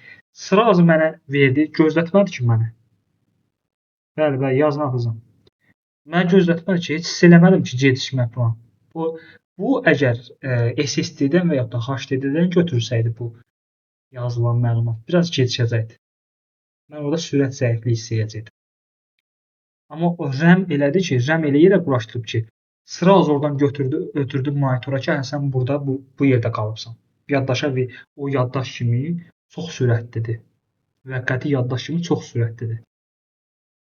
Yəni ana platada belə quraşdırılıb. Amma mən açıram burada faili məsəl üçün gözləyirəm burada hansısa bir fail açıram bu D diskində nə var? Görürsüz gecikmə var burada. Bunlardan istifadə edəndə burada gecikmə var, amma sadə işlər, məsələn, buradan harda qalmışam, gündəlik yaddaş kimi dedik də bu. Bunun üçün RAM çox yaxşı, çox sürətlidir. Ona görə də RAM istifadə olunmalıdır. Mütləq şəkildə RAM-sız, yəni kompüter olmayacaq. HDD nədir? Bu forması budur. Hard disk drive belə gedir adı. Kitabxana kimi işləyir. Yəni bu həcmi çox olur. Belə yadda saxlayaq bunu da. Fayllar, proqramlar, şəkillər, videolar, əməliyyat sistemi hamısı hard diskdə saxlanılır. Düşünürsüz? Yaddaşda saxlamalı olduğumuz vacib şeylər hamısı hard diskdə və yaxud da sərt diskdə saxlanılır. Böyük həcmli məlumatların uzun müddətli saxlanması həcm nümunələrindən deyə bilərik 500 GB, 1 TB və daha çox. Deməli, hard disk kompüterin kitab şkafı kimidir və içində böyük fayllar qalır. Sürət baxımından fikir versiniz, RAM və SSD qədər yüksək deyil. Sürət baxımından nədir? Yəni yaddaşda saxlamışam mən faylları, videoları, nə bilim oyunları HDD, yəni hard disk drive-da. Mən onları açıb istifadə edəndə ləngimə var. Kompüter yavaş işləyir, zəif gedir proses. Nə olsun ki 1 TB? 1 TB günümüzdə ən böyük yaddaşlardan gedir də. Yəni cihazlarda olan, məsələn, kompüter 1 TB-sə deyirlər əla. Telefon 1 TB-sə deyirlər super. 1 TB telefon olar, belə deyirlər. Hələ indi belədir də. İndi 3 ildən sonra deyirlər 1 TB o zəifdir onda. 1 TB bu dəqiqə bizim brendimizdir. 1 TB HDD yenə də sürət baxımından zəif qalır və bu da onun mənfisidir. Kompüterdə sürət önəmlidir. SSD Solid State Drive kompüterin daxili daimi yaddaş qurucusudur. Yenə HDD kimi hər şey eynidir. Sadəcə dedik ki, səssiz işləyir və daha sürətlidir. Amma RAM qədər sürətli deyil. Bax, yenə deyirəm, bunu RAM-lə müqayisə eləmək, mən sizə başa salmaq üçün deyirəm. Bunu RAM-lə müqayisə eləmək olmaz. Çünki RAM gündəlik işləri yadda saxlayır. Bu daimi, bu faylları saxlayır, bu videoları saxlayır, bu proqramları, oyunları saxlayır ki, sən hər gün bundan istifadə edəsən. RAM amma işi görülən müddət ərzində kompüteri yandırdın, proqramı açdın, həmin müddət ərzində yadda saxlayır. Kompüter sönənə kimi. Söndü, RAM silindi, açdın, elə bir təzə RAM aldın, getdin, gətirdin, sıfırdan işlədirsən. Bunu amma bəli. Yəni RAM müvəqqətidir də. RAM müvəqqəti. Mən insan beynindən buna deyəndə çox başa düşülən olur. Sən məsəl üçün də deyək ki, nümunə çəkimlər. Gəlirsən məsəl üçün marketdən hər gün çörək alıb gəlirsən. Sən bunu sabahsı yadda saxla. Düzdür, monoton olduğuna qədər yadında qalır. Amma sən marketə gedəndə məsəl üçün belə bir nümunə deyim sənə. Bir 20 dənə şeyin qiymətinə baxırsan da, düzdür? Evə gələndə o qiymətlər hamısı yadında qalır. Evə gələndə. Məsələn 20 dənə şey qiymətinə baxdın, yadında qalır. Sabahsan o 20 dənədən neçəsi yadında qalır? Yatıb durandan sonra. Çox az. Çox az. Çox az. Onlar hamısının müvəqqəti yaddaşı yazılıb. Amma gedirsən məsəl üçün marketdə görürsən ki, bir dənə uşaqdır, nəsə oyuncaq istəyir, anası da almadı, o da nə bilim vurdu ad elə aşırtdı. Bu sən yadından çıxar? Xeyr. O şey yazıldı SSD-yə, və ya da HDD. SSD-ində baxır hansıdır. O SSD RAM-ə yazılmaz. Çünki RAM-ə yazılsaydı o silinib gedərdi. Yəni insan beynini Allah proqramlaşdırıb, elə proqramlaşdırıb ki, sən orada belə deyim, yaxşı və yaxud da pis sənə emosiya verən o dərəcəyə görə daha çox yadda saxlayırsan. Məsələn, sən onu elə şey var 10 illik yadda saxlayırsan, elə şey var 90 il.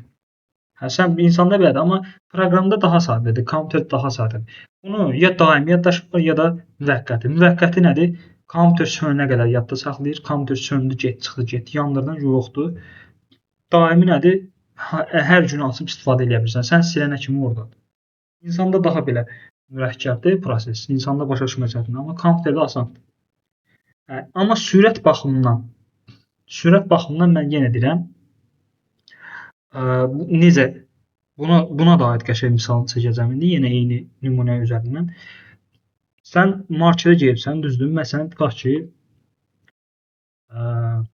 nəyisə qiymətinə baxıbsan, indi hansısa bir ev əşyasıdır, nədirsə, baxdın orada, qiymətinə baxırsan və 1 saatdan sonra onu yadına salmağa çalışırsan. Yəni onun qiymətini də, bir də sabahsı yadına salmağa çalışırsan. Sabahsı yada salmağa çalışanda ya yadına düşməyəcək, ya da çətinliklə bir yarım saata yadına salsın. Amma 1 saatdan sonra sıraza onu yadına sala biləcəksən də, düzdür? RAM, ona görə mən deyəndə ki, RAM SSD-dən sürətlidir. RAM nədir? Yəni gündəlik bu gedən proseslərdir də, gedə-gedə yadda saxlayır. İndi burada məsələ nədir? Sən 1 saatdan Bir əvvəl sual vermək istəyirəm, üzrlə Sabelin. Olar mı? Məsələn, Word proqramında işləyirik, hər hansısa bir sözü kəsrəm və yaxud da kopyasını çıxarıq da. Bunlar müvəqqəti yaddaşa köçürülür də, yəni bufer obmenada qalır. Yəni başqa nə RAM-da yaddaşda qalır da, belə deyim də, yəni müvəqqəti olaraq nəyi yaddaşda saxlaya bilirik? Bax, mən məsələn bunu kopyaladım dedik. Bunu kopyaladım, gəldim məsəl üçün tutaq ki, burada görəndə yapışdıra bilirəm. Mən bura yapışdırdım. Bu deməli hardasa saxlanır ki, bu adam filan yazını kopyalayıb indi gəlib yapışdırır. Bu RAM-da saxlanırdı o. Düzdür? RAM-da saxlanır. İndi mən kompüteri söndürüb yandırsam, yenə Ctrl-V eləsəm yapışdıracaq o yazını. Yox. Yapışdırmır. Müvəqqəti olduğunu Çünki RAM-də idi o, müvəqqəti yaddaşdı. Başqa nə? Başqa mən burada hal-hazırda PowerPoint-un 35-ci slaydındayım da. Düzdür? Bura qədər gəlmişəm. Menyuda da buradayım, slide show-da. Mən bunu bağlayıram, təzədən bir daha açıram. Yenə eyni yer açıldı, 35-ci slide show menyusu. İndi mən kompüteri söndürüb yandırsam, yenə bir açılacaq, 35-ci vərəq, slide show menyusu açılacaq. Açılacaq birinci slide, home menyusu. Deməli, bu da RAM-da saxlanılıb. Müvəqqətidir də, bu kompüter sönənə qədər bu belə yadda saxlanılıb. Deməli, burada nəyə fikir verdik biz? Proqramlarda hansı hissədə qalmışıqsa, nə iş görmüşüksə, bunlar hamısı RAM-da saxlanılır. Amma məsəl üçün deyirəm ki, tutaq ki, mən gəlirəm, tutaq ki, deyirəm, C diskində bir fayl yaradıram. Məsələn, deyirəm ki, adını da qoyuram fayl. Mən bunu yaratdımsa, fayldır, videodur, gəldim, atdım bunu hara? D diskinə. Gözlə görünən bir şeydir də bu. Bir obyekt yaratmışıq, qoymuşuq bura. Bu şey RAM-ə yazılır. Bu yazılır SSD-yə, HDD-yə yazılır. Çünki mən kompüteri söndürüb yandırsam da, gəlib burada bunu görəcəm, bu fayl papkasını görəcəm. Deməli, bu RAM-ə yazılmır. Amma kompüteri yenə deyirəm, bunu necə yadda saxlaya bilərsiniz? Kompüteri söndürüb yandırandan sonra nə silinirsə, deməli, bu RAM-ə yazılmışdır. Biz dedik ki, PowerPoint-də mənim gəlib 35-ci slayda qədər gəlməyim ləğv olunacaq, söndürüb yandıranda təzədən birinci slayddan başlayacağam. Deməli, bu RAM-ə yazılıbmış. Amma burada fayl yaratmağım, söndürüb yandırandan sonra yenə gəlib bu faylı görəmsə, deməli, bu SSD-yə yazılır. Aydındır. Müəllim, yəni deməli ofis proqramlarında işləyib onu məsələlər panelinə göndərirəmsə, yaxud grafik dizayn proqramlarında işləyib onu məsələlər panelinə göndərirəmsə və yaxud da hər hansısa bir axtarış sistemində brauzerdə çalışıb o məsələlər panelinə göndərib yenidən onları açdıqda eyni yerdə davam edirsə, deməli bunlar hər birisi RAM-da saxlanılır da, yəni müvəqqəti yaddaşdadır da. Düz başa düşdüm? Əgər sən kompüteri söndürüb yandıranda geri qayıdırsa, deməli RAM-da saxlanmır. Bax, Word, Excel-də biraz qarışıqdır o məsələ. Mən burada həm RAM-də saxlanılan bir məlumat var, həm də SSD-də. Nədir?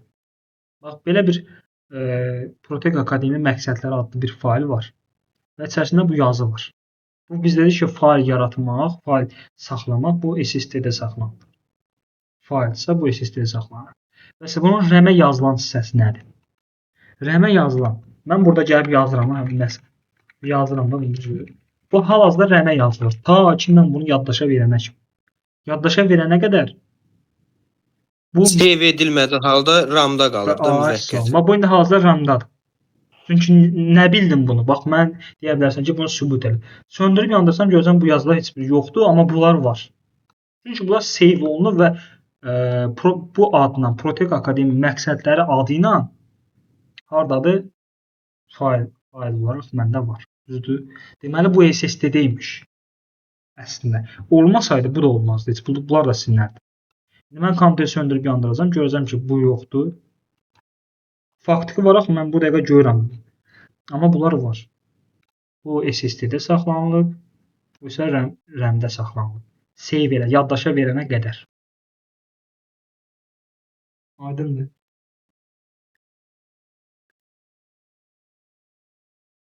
Yəni deyirəm, çox dataya baxırıq, çünki 2 günlük dərs deyil bu. 5-6 dənə dərsin mövzulardır. Biz 2 dərsə sığışdırmağa çalışırıq. Sizin də vaxtınızı başa düşürəm. Həm bayram ərəfəsində falan 2 dərsə sığdırmağa çalışırıq. Bu çökmə ola bilər, beyniniz yana bilər. Bunlar hamısı normal şeylərdir. Yəni insan beynidir. Yəni normal həyatınız var, problemləriniz var. Bunlar normaldır, başa düşürəm. Əsas burada kim qalib olur? Səbrli olan.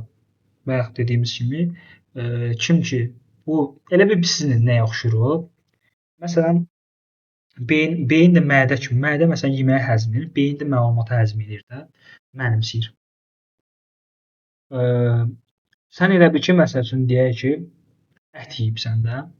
Bu ət birinci yeyəndə ağırlıq gəlir mədəyə. Sən bunu məsələn 5 saata həzm edəcəksən. İndi belədir də, yəni məsələn mədə 5 saata atıram təbii ki, yeməyi həzm edir. Sən əgər 5 saat ərzində panikaya düşsən, desən ki, o mənim mədəm bunu həzm eləmir falan, nəsə bir özünə ziyan olacaq və yaxud da motivasiyadan düşəcəksən. Bu məlumatı da indi hamının götürümü bir deyil. Adam var 1 günə həzm edəcək, adam var 5 günə. Siz indiki sizə çətin gələn formada bu elə həmişə sizə belə çətin formada gəlməyəcək. Gələ bilər. Nə vaxt gələ bilər? Siz əgər bundan qaçsaz, bu çətinlikdən qaçsaz, beynin bunu həzm eləmə müddətini dözməsəz, desəz ki, beynim başım ağrıdı falan belə qaçsaz, yenə gəlib baxanda yenə sizə çətin gələcək. Amma o həmin çətinliyi normal başa düşüb. Desəz ki, bu normal prosesdir. O biraz beynim yansın, biraz inkişaf eləsin, biraz da baxım, biraz da özümə əziyyət verim. Sonra sizdən məsələn 3 gün sonra, 5 gün sonra bu məlumatlar sizə su kimi gələcək. Elə biləcəksiniz su içirsiniz. Yəni bu prosesi həm mən keçmişəm, həm yüzlərlə tələbəm keçib. Ona görə mən yəni bunun rahatlığını edirəm ki, bu belədir. Çətinliyə qaçırsansa, bu çətinlik sənə həmişə özə həyat belə bumerang formasındadır. Nədən qaçırsan o sənin qabağa çıxır. O qədər ki, tələbəm gəlib ki, mən ofis proqramları öyrənmək istəyirəm. Bu gün mənə lazımdır. İşdə soruşublar ki, yəni iş vakansiyaya müraciət etmişəm, ofis proqramları soruşublar. Word, Excel öyrənməliyəm. Amma görürəm ki, məcburiyyətdən öyrənmək istəyir, prosta şey eləyir də, belə deyir ki, əslində öyrənməliyəm, bir işə görə lazımdır, başa düşdünüz necə? Hə, bundan qaçır da, yəni ofis proqramından qaçır. Deyib ki, yox, nəsə alınmadı o iş, başqa işə gedirəm, ofis proqramına lazım oldu. Qaçıb gedib bir aydan sonra görürəm ki, yenə nətər olubsa fırlanıb gəlib, deyir ki, hə, yox, bu dəfə vacib, başlamalıyam, gecikdim. Kaş elə o vaxt müraciət edəndə başlayalım. Deyirəm, bu yəni dövrün tələbatıdır da, bu kompüter biliklərdir, ofis proqramlardır. Bunu sən hara qədər qaça bilərsən, nə qədər qaça bilərsən. Bunu yəni nə qədər bu gün vaxtın var, imkanın var, öyrən. Sən nə bilirsən ki, sabah səndə bu imkan vaxt olacaq. Bəlkə sabah sən elə bir, nə bilim, indi məsələn subaysansa evlənəcəksən və yaxud da həyatda min dənə tema var da, elə bir vəziyyət yarana bilər ki, sən heç cür vaxtın olmaz. İndi yenə gündə 1 saat vaxtın var. Nə qədər vaxtı, fürsətdə bunu öyrənin, bu sizə ömrü çörək. Aydındır. Deməli, SSD hansı həcmdə olur? Bax, HDD-dən fərqli olaraq HDD 500 və 1 terabayt, yəni 500 GB 1 terabayt. Amma SSD-nin gör hansıları var? 120, 256, 512. HDD-dən daha kiçik ölçülərdə bunu, yəni bazarda görə bilərsiniz. Amma ondan sürətlidir, ondan bahalıdır. Ana plata nə edir? Bütün o CPU, RAM, HDD, SSD, video kart, bu daxili qurğuları bunun üzərində yığılır və ana plata vasitəsilə onlara elektrik ötürülür. Yəni qan dövranı necə? Burada da elektrik dövranı var. Hər bir cihaz CPU-suna olsun, RAM-ına olsun, digər qurğuların olsun, hamısına elektrik getməlidir. Hansına? Yəni bunlar havadadırlarsa, məntiqlə, bunlara elektrik hardan gələcək? havaya elektrik buraxmırlar ki. Bu ana platanın üzərində yığılır və ana platanın vasitəsilə hamısına elektrik gedir. Hamısında özünün slotu var, slotuna yerləşdirilir. Məsələn, CPU-nun yeri, CPU bura qoyulacaq məsəl üçün. Və bu formada hamısının özünün yeri var. Bayaq deyəndə ki, RAM SSD-dən sürətlidir. RAM kompüterin monitorla çıxışda, yəni ekranın monitora gəlməsi üçün elə bir münasib yerdədir ki, SSD-dən daha sürətli ələ çatır kompüterin ona. Daha rahat oradan götürür, RAM-dən oxudur, bizə göstərir. Sürət baxımından qəşəng, okey. Amma RAM-i elə uğraşdırıblar ki, kompüter sönəndən sonra RAM içində heç nə qalmır. Elə bir təzə bir RAM alıb gətiribsən. SSD-yə baxma, SSD-də nə var idi, onlar qalır. Söndürüb yandırsan, yenə açsan fayllarım, videolarım, şəkillərim. RAM amma söndürdün, yandırdın, sıfırlandır. Slotların üzərində yerləşdirilir və burada dedik ki, nəqliyyat sistemi kimi də gedir burada. Nəqliyyat, yəni elektrik yollarla gedir, bir-birinə. Burada çox gözəl belə kombinasiya var. Qurğular bir-birinə burada əlaqədədir. Ona ötürür bu məlumatı, bu buradan çıxır, buradan giriş eləyir. Yəni belə qarışıq, başa düşülməsi çətin bir prosesdir. Amma ümumi olaraq belə olur da, ana platanın üzərində olur və hamısı bir-birinə kombinasiyada işləyirlər. Hamısına da elektrik gedir ana plata vasitəsilə. Videokart.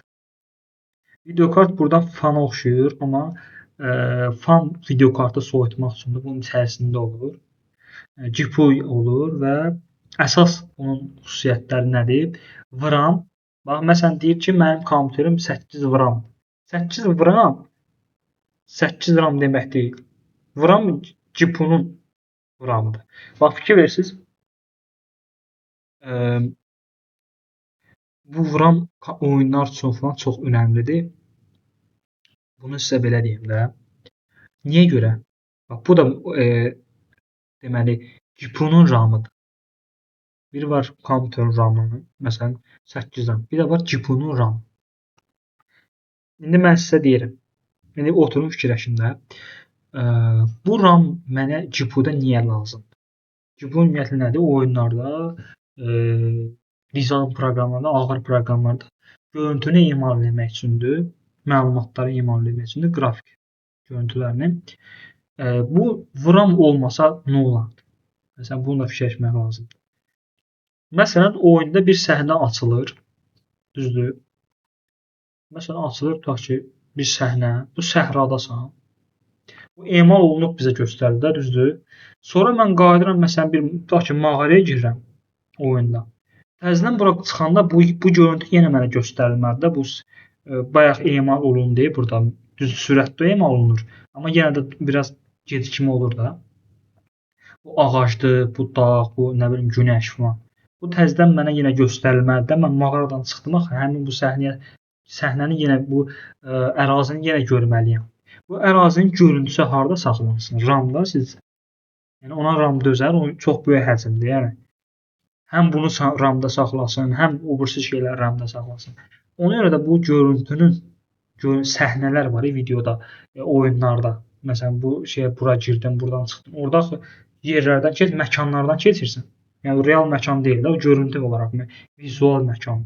O məkanların görüntüsü falan hamısı yazılacaq GPU-nun VRAM-ına.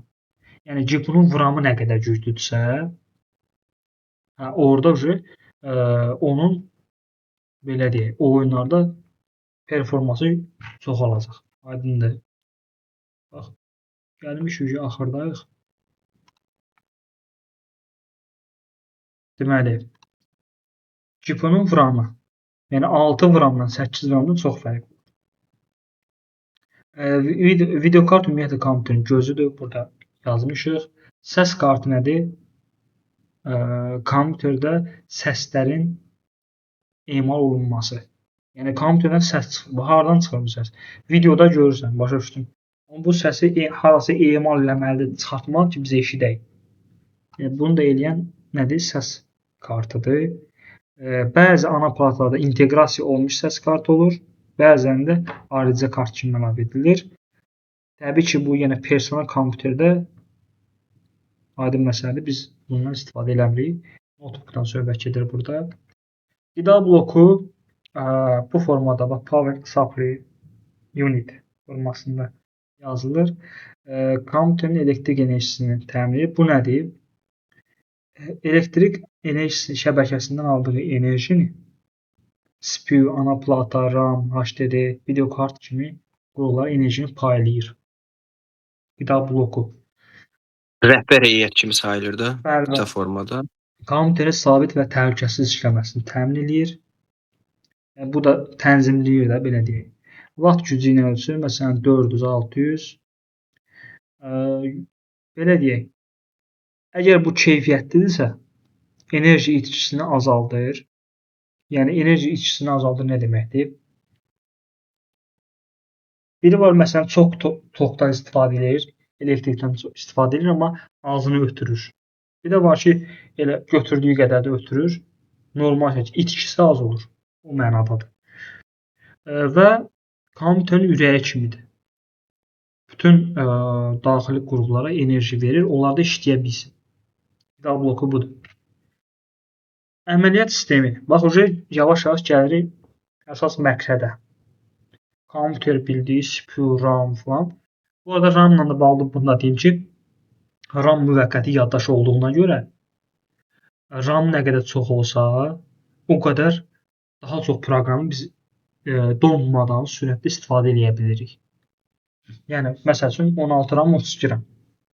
16 RAM-da məsələn çox da belə dəhşətli bir işlər görsən, proqramda, hansısa bir oyundur. Dolacaq 16 RAM. Axı biz dedik gündəlik gördüyümüz işləri yadda saxlayır. Başlayacaq donmağa. Amma 32 RAM-da eləsək, onun 16-sını doldursaq, 16-sı boş qalır. Ona da rahat işləyir. Deməli, sənin yaddaşın çox ola bilər. Məsələn, 1 terabayt HDD-in var, SSD-in var. Amma RAM-ın 4 RAM-dır.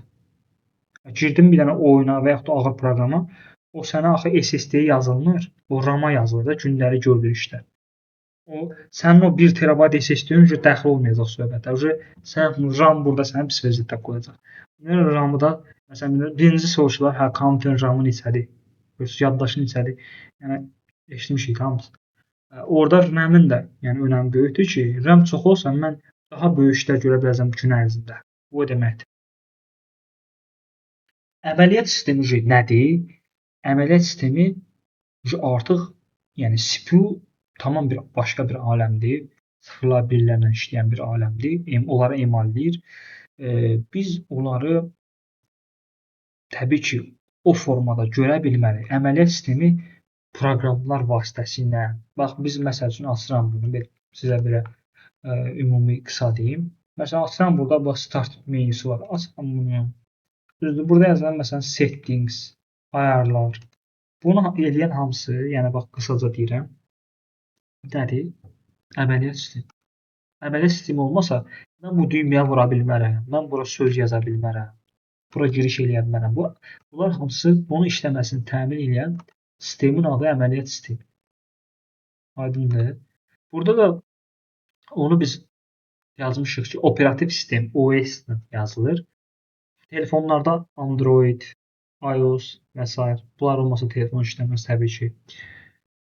Qurğuların idarə olunması CPU, RAM, HDD, SSD, printer, monitor kimi bax bunların CPU və tutaq ki, CPU-nun başa düşdüyümdə emal edir. Bəs bunun monitoru ötürmək var. Mən monitorda hansısa bir proqramı açıram, onu idarə eləmək, onun içərisində hesablamaları CPU ötürmək. Bunlar arasında əlaqə var. Aydındır. Bu əlaqəni təmin edən nədir? Əməliyyat sistemi. Başa düşdünüz, CPU hesablayır. CPU durduq yerə nə hesablayır? Mən gəl proqrama girirəm. Bu proqramın açılmasıdır. Orada gördüyüm bir işlərdir. Onu CPU orada məlumatları emal edir də, düzdür? O beyin idarə edir. Amma ona nəsə ötürməlidir axı o sistem. Yəni mən burada ekranda gəl, burada toxunanda, klikləyəndə CPU hardan bildi? Bu sistem qurulub da bir sistemdir. Yəni onun da adı əməliyyat sistemidir. O idarə edir.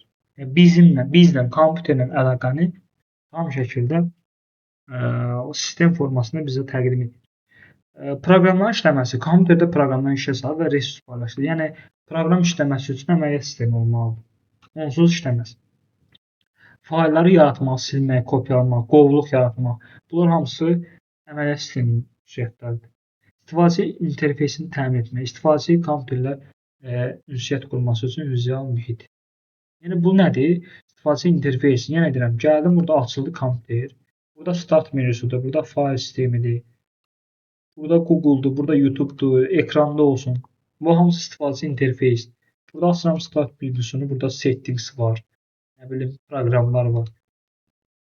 Axtarış yeri var, axtarış yerini yazıram. Bu istifadəçi interfeys. Bunu da nədə quraşdırıblar? Əməliyyat sistemi.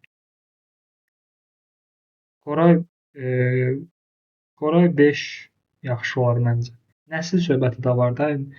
Onun PDF-ini istəyirsə atarım sizə, yazarsa atarım sizə ki, hər tərəfli baxasınız. Bu oldu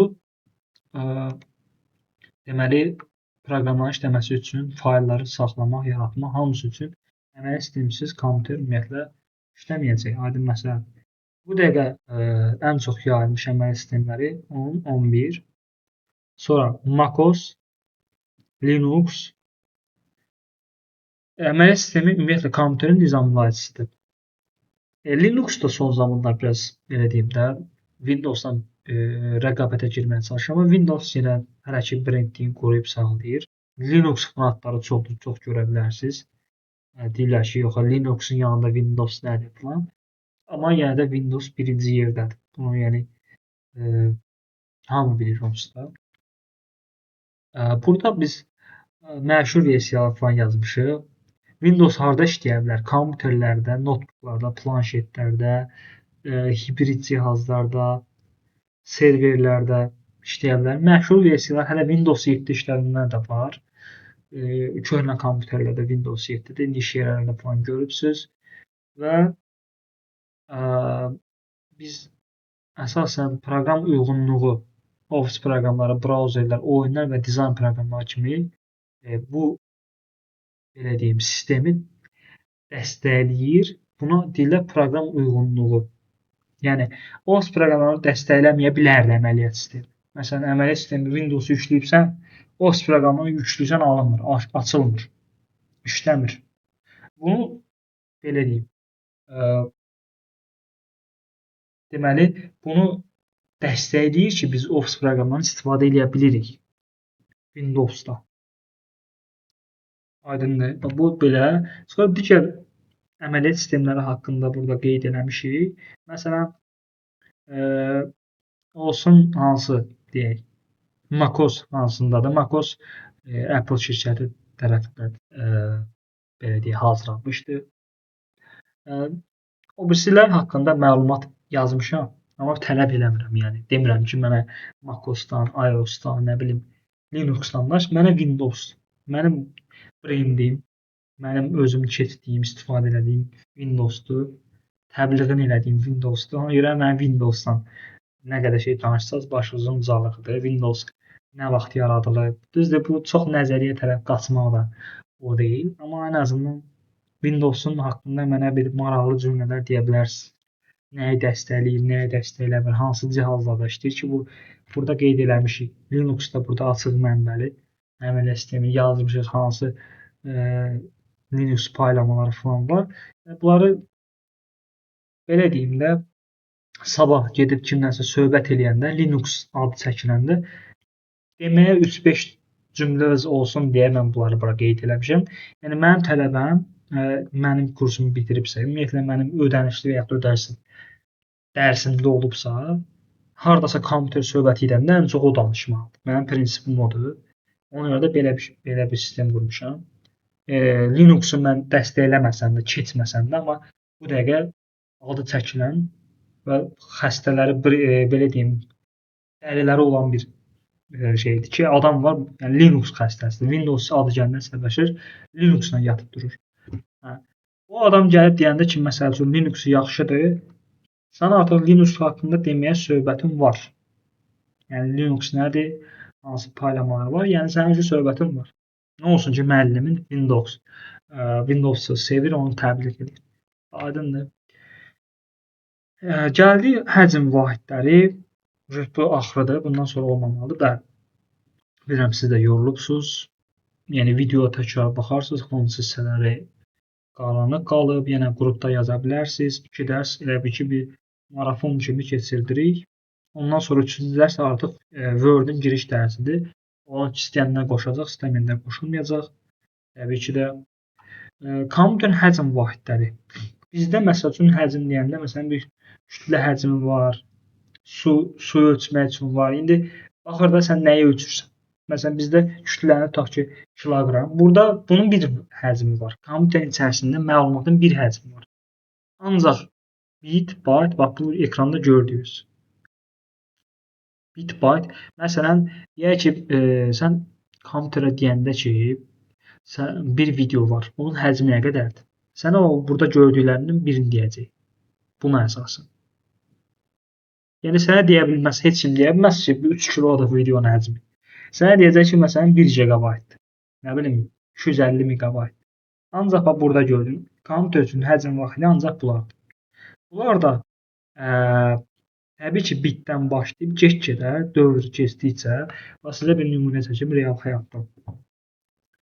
Əvvəl məsəl üçün şəklin həcmi tutaq ki 20 KB idi. İndi bilirsiniz, indi şəkil çəkin telefonunuzda, xüsusən də iPhone işlədənlər şəkil çəkin telefonla. 4K, 8K, nə bilim, şəkil çəkin, video çəkin, həcminə baxın.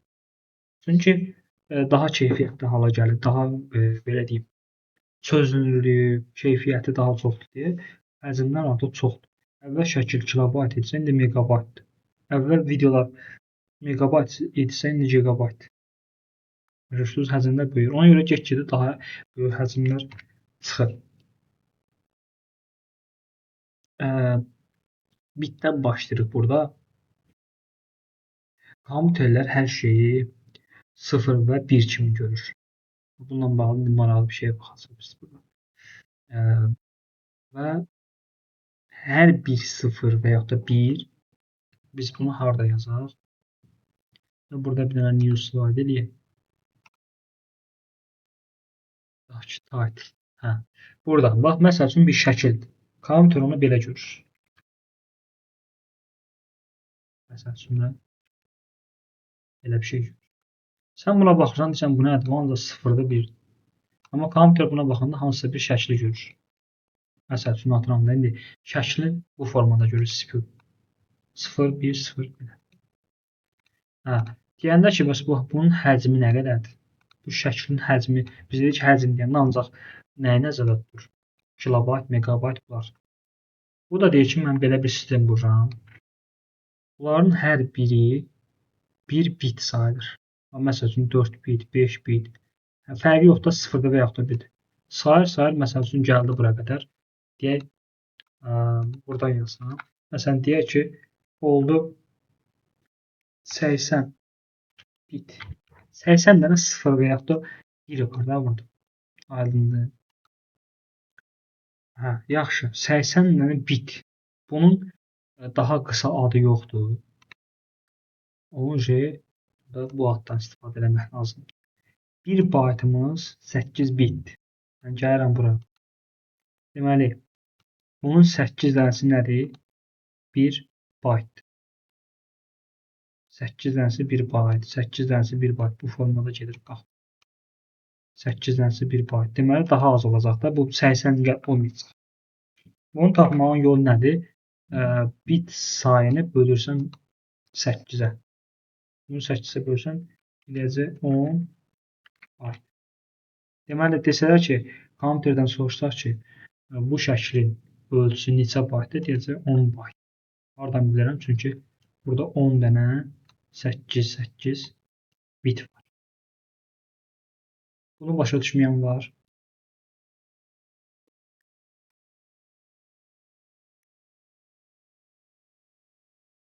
Amma başa düşdü bunu.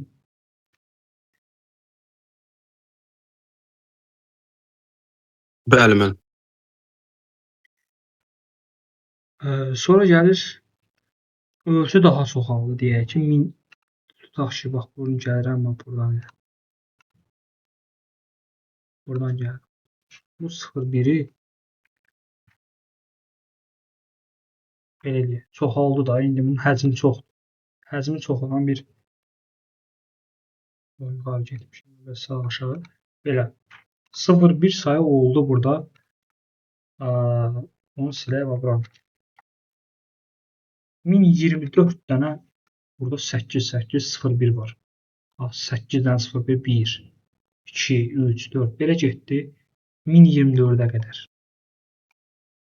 Bunun bir qısa adı lazımdır. 1024 bayt nədir? Yəni o yaşacar səslənmir. Ona deyirlər 1 kilo da, yəni kilo sözündən götürə bilərsiniz. Yəni 1 kilo 1000. Burada nə deməkdir? Yəni 1000 bayt. Belə də götürə bilərsiniz. 1024 bayt bərabərdir 1 kilobayt. Yəni 1024 dənə 8-də də 0-1 olsa, bunun adı olacaq 1 kilobayt. Yəni bu 1 kilo sıfırlar birlər biraz da artdı. Oldu 1024 dənə bax gəlirəm. 1024 dənə kilobayt oldu. Qısaca belə yazılır. Buna da bir qısa ad vermək lazımdır. Bunda adı olacaq 1 megabayt. Məsələ qısaca da MB yazılır. Həcmlər çoxaldıqca onlara ad verilir. Hər biri 1024-ə çatanda ona bir qısa ad verilir. 1 megabayt. Yəni sən 1024 kilobayt demək məcburiyyətində deyilsən. 1 megabayt desən bəs edir. Gələn dərs bu elə buradan başlayacaq. Bunun çevrilməsi falan. Siz bunu oxusanız bunu. Bunları oxusanız, bunların haqqında anlayışınız olsa, hansının 1024 qatıdır falan, ardıcıllıqla daha rahat olacaq. İndi təzə tanış olursunuz. Aydındır. Bunu da saxlaya bilərəm əslində belə. Daha rahat başa düşəsiniz. Saxlayayım bunu da.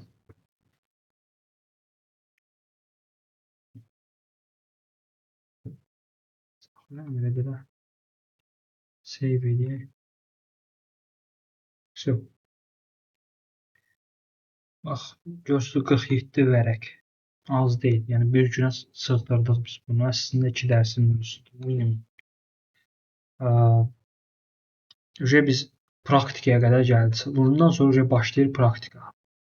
Proqram silib yüklənməsi, fayl yaradılıb silinməsi, fayl strukturu, bu kimi vacib əməliyyatlar başlayır. Bundan sonraki dərsimizdə 2 dərs olacaq.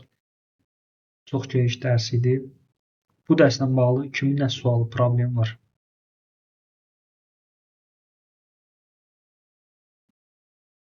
Hələ ona qədər, hələ o tamam.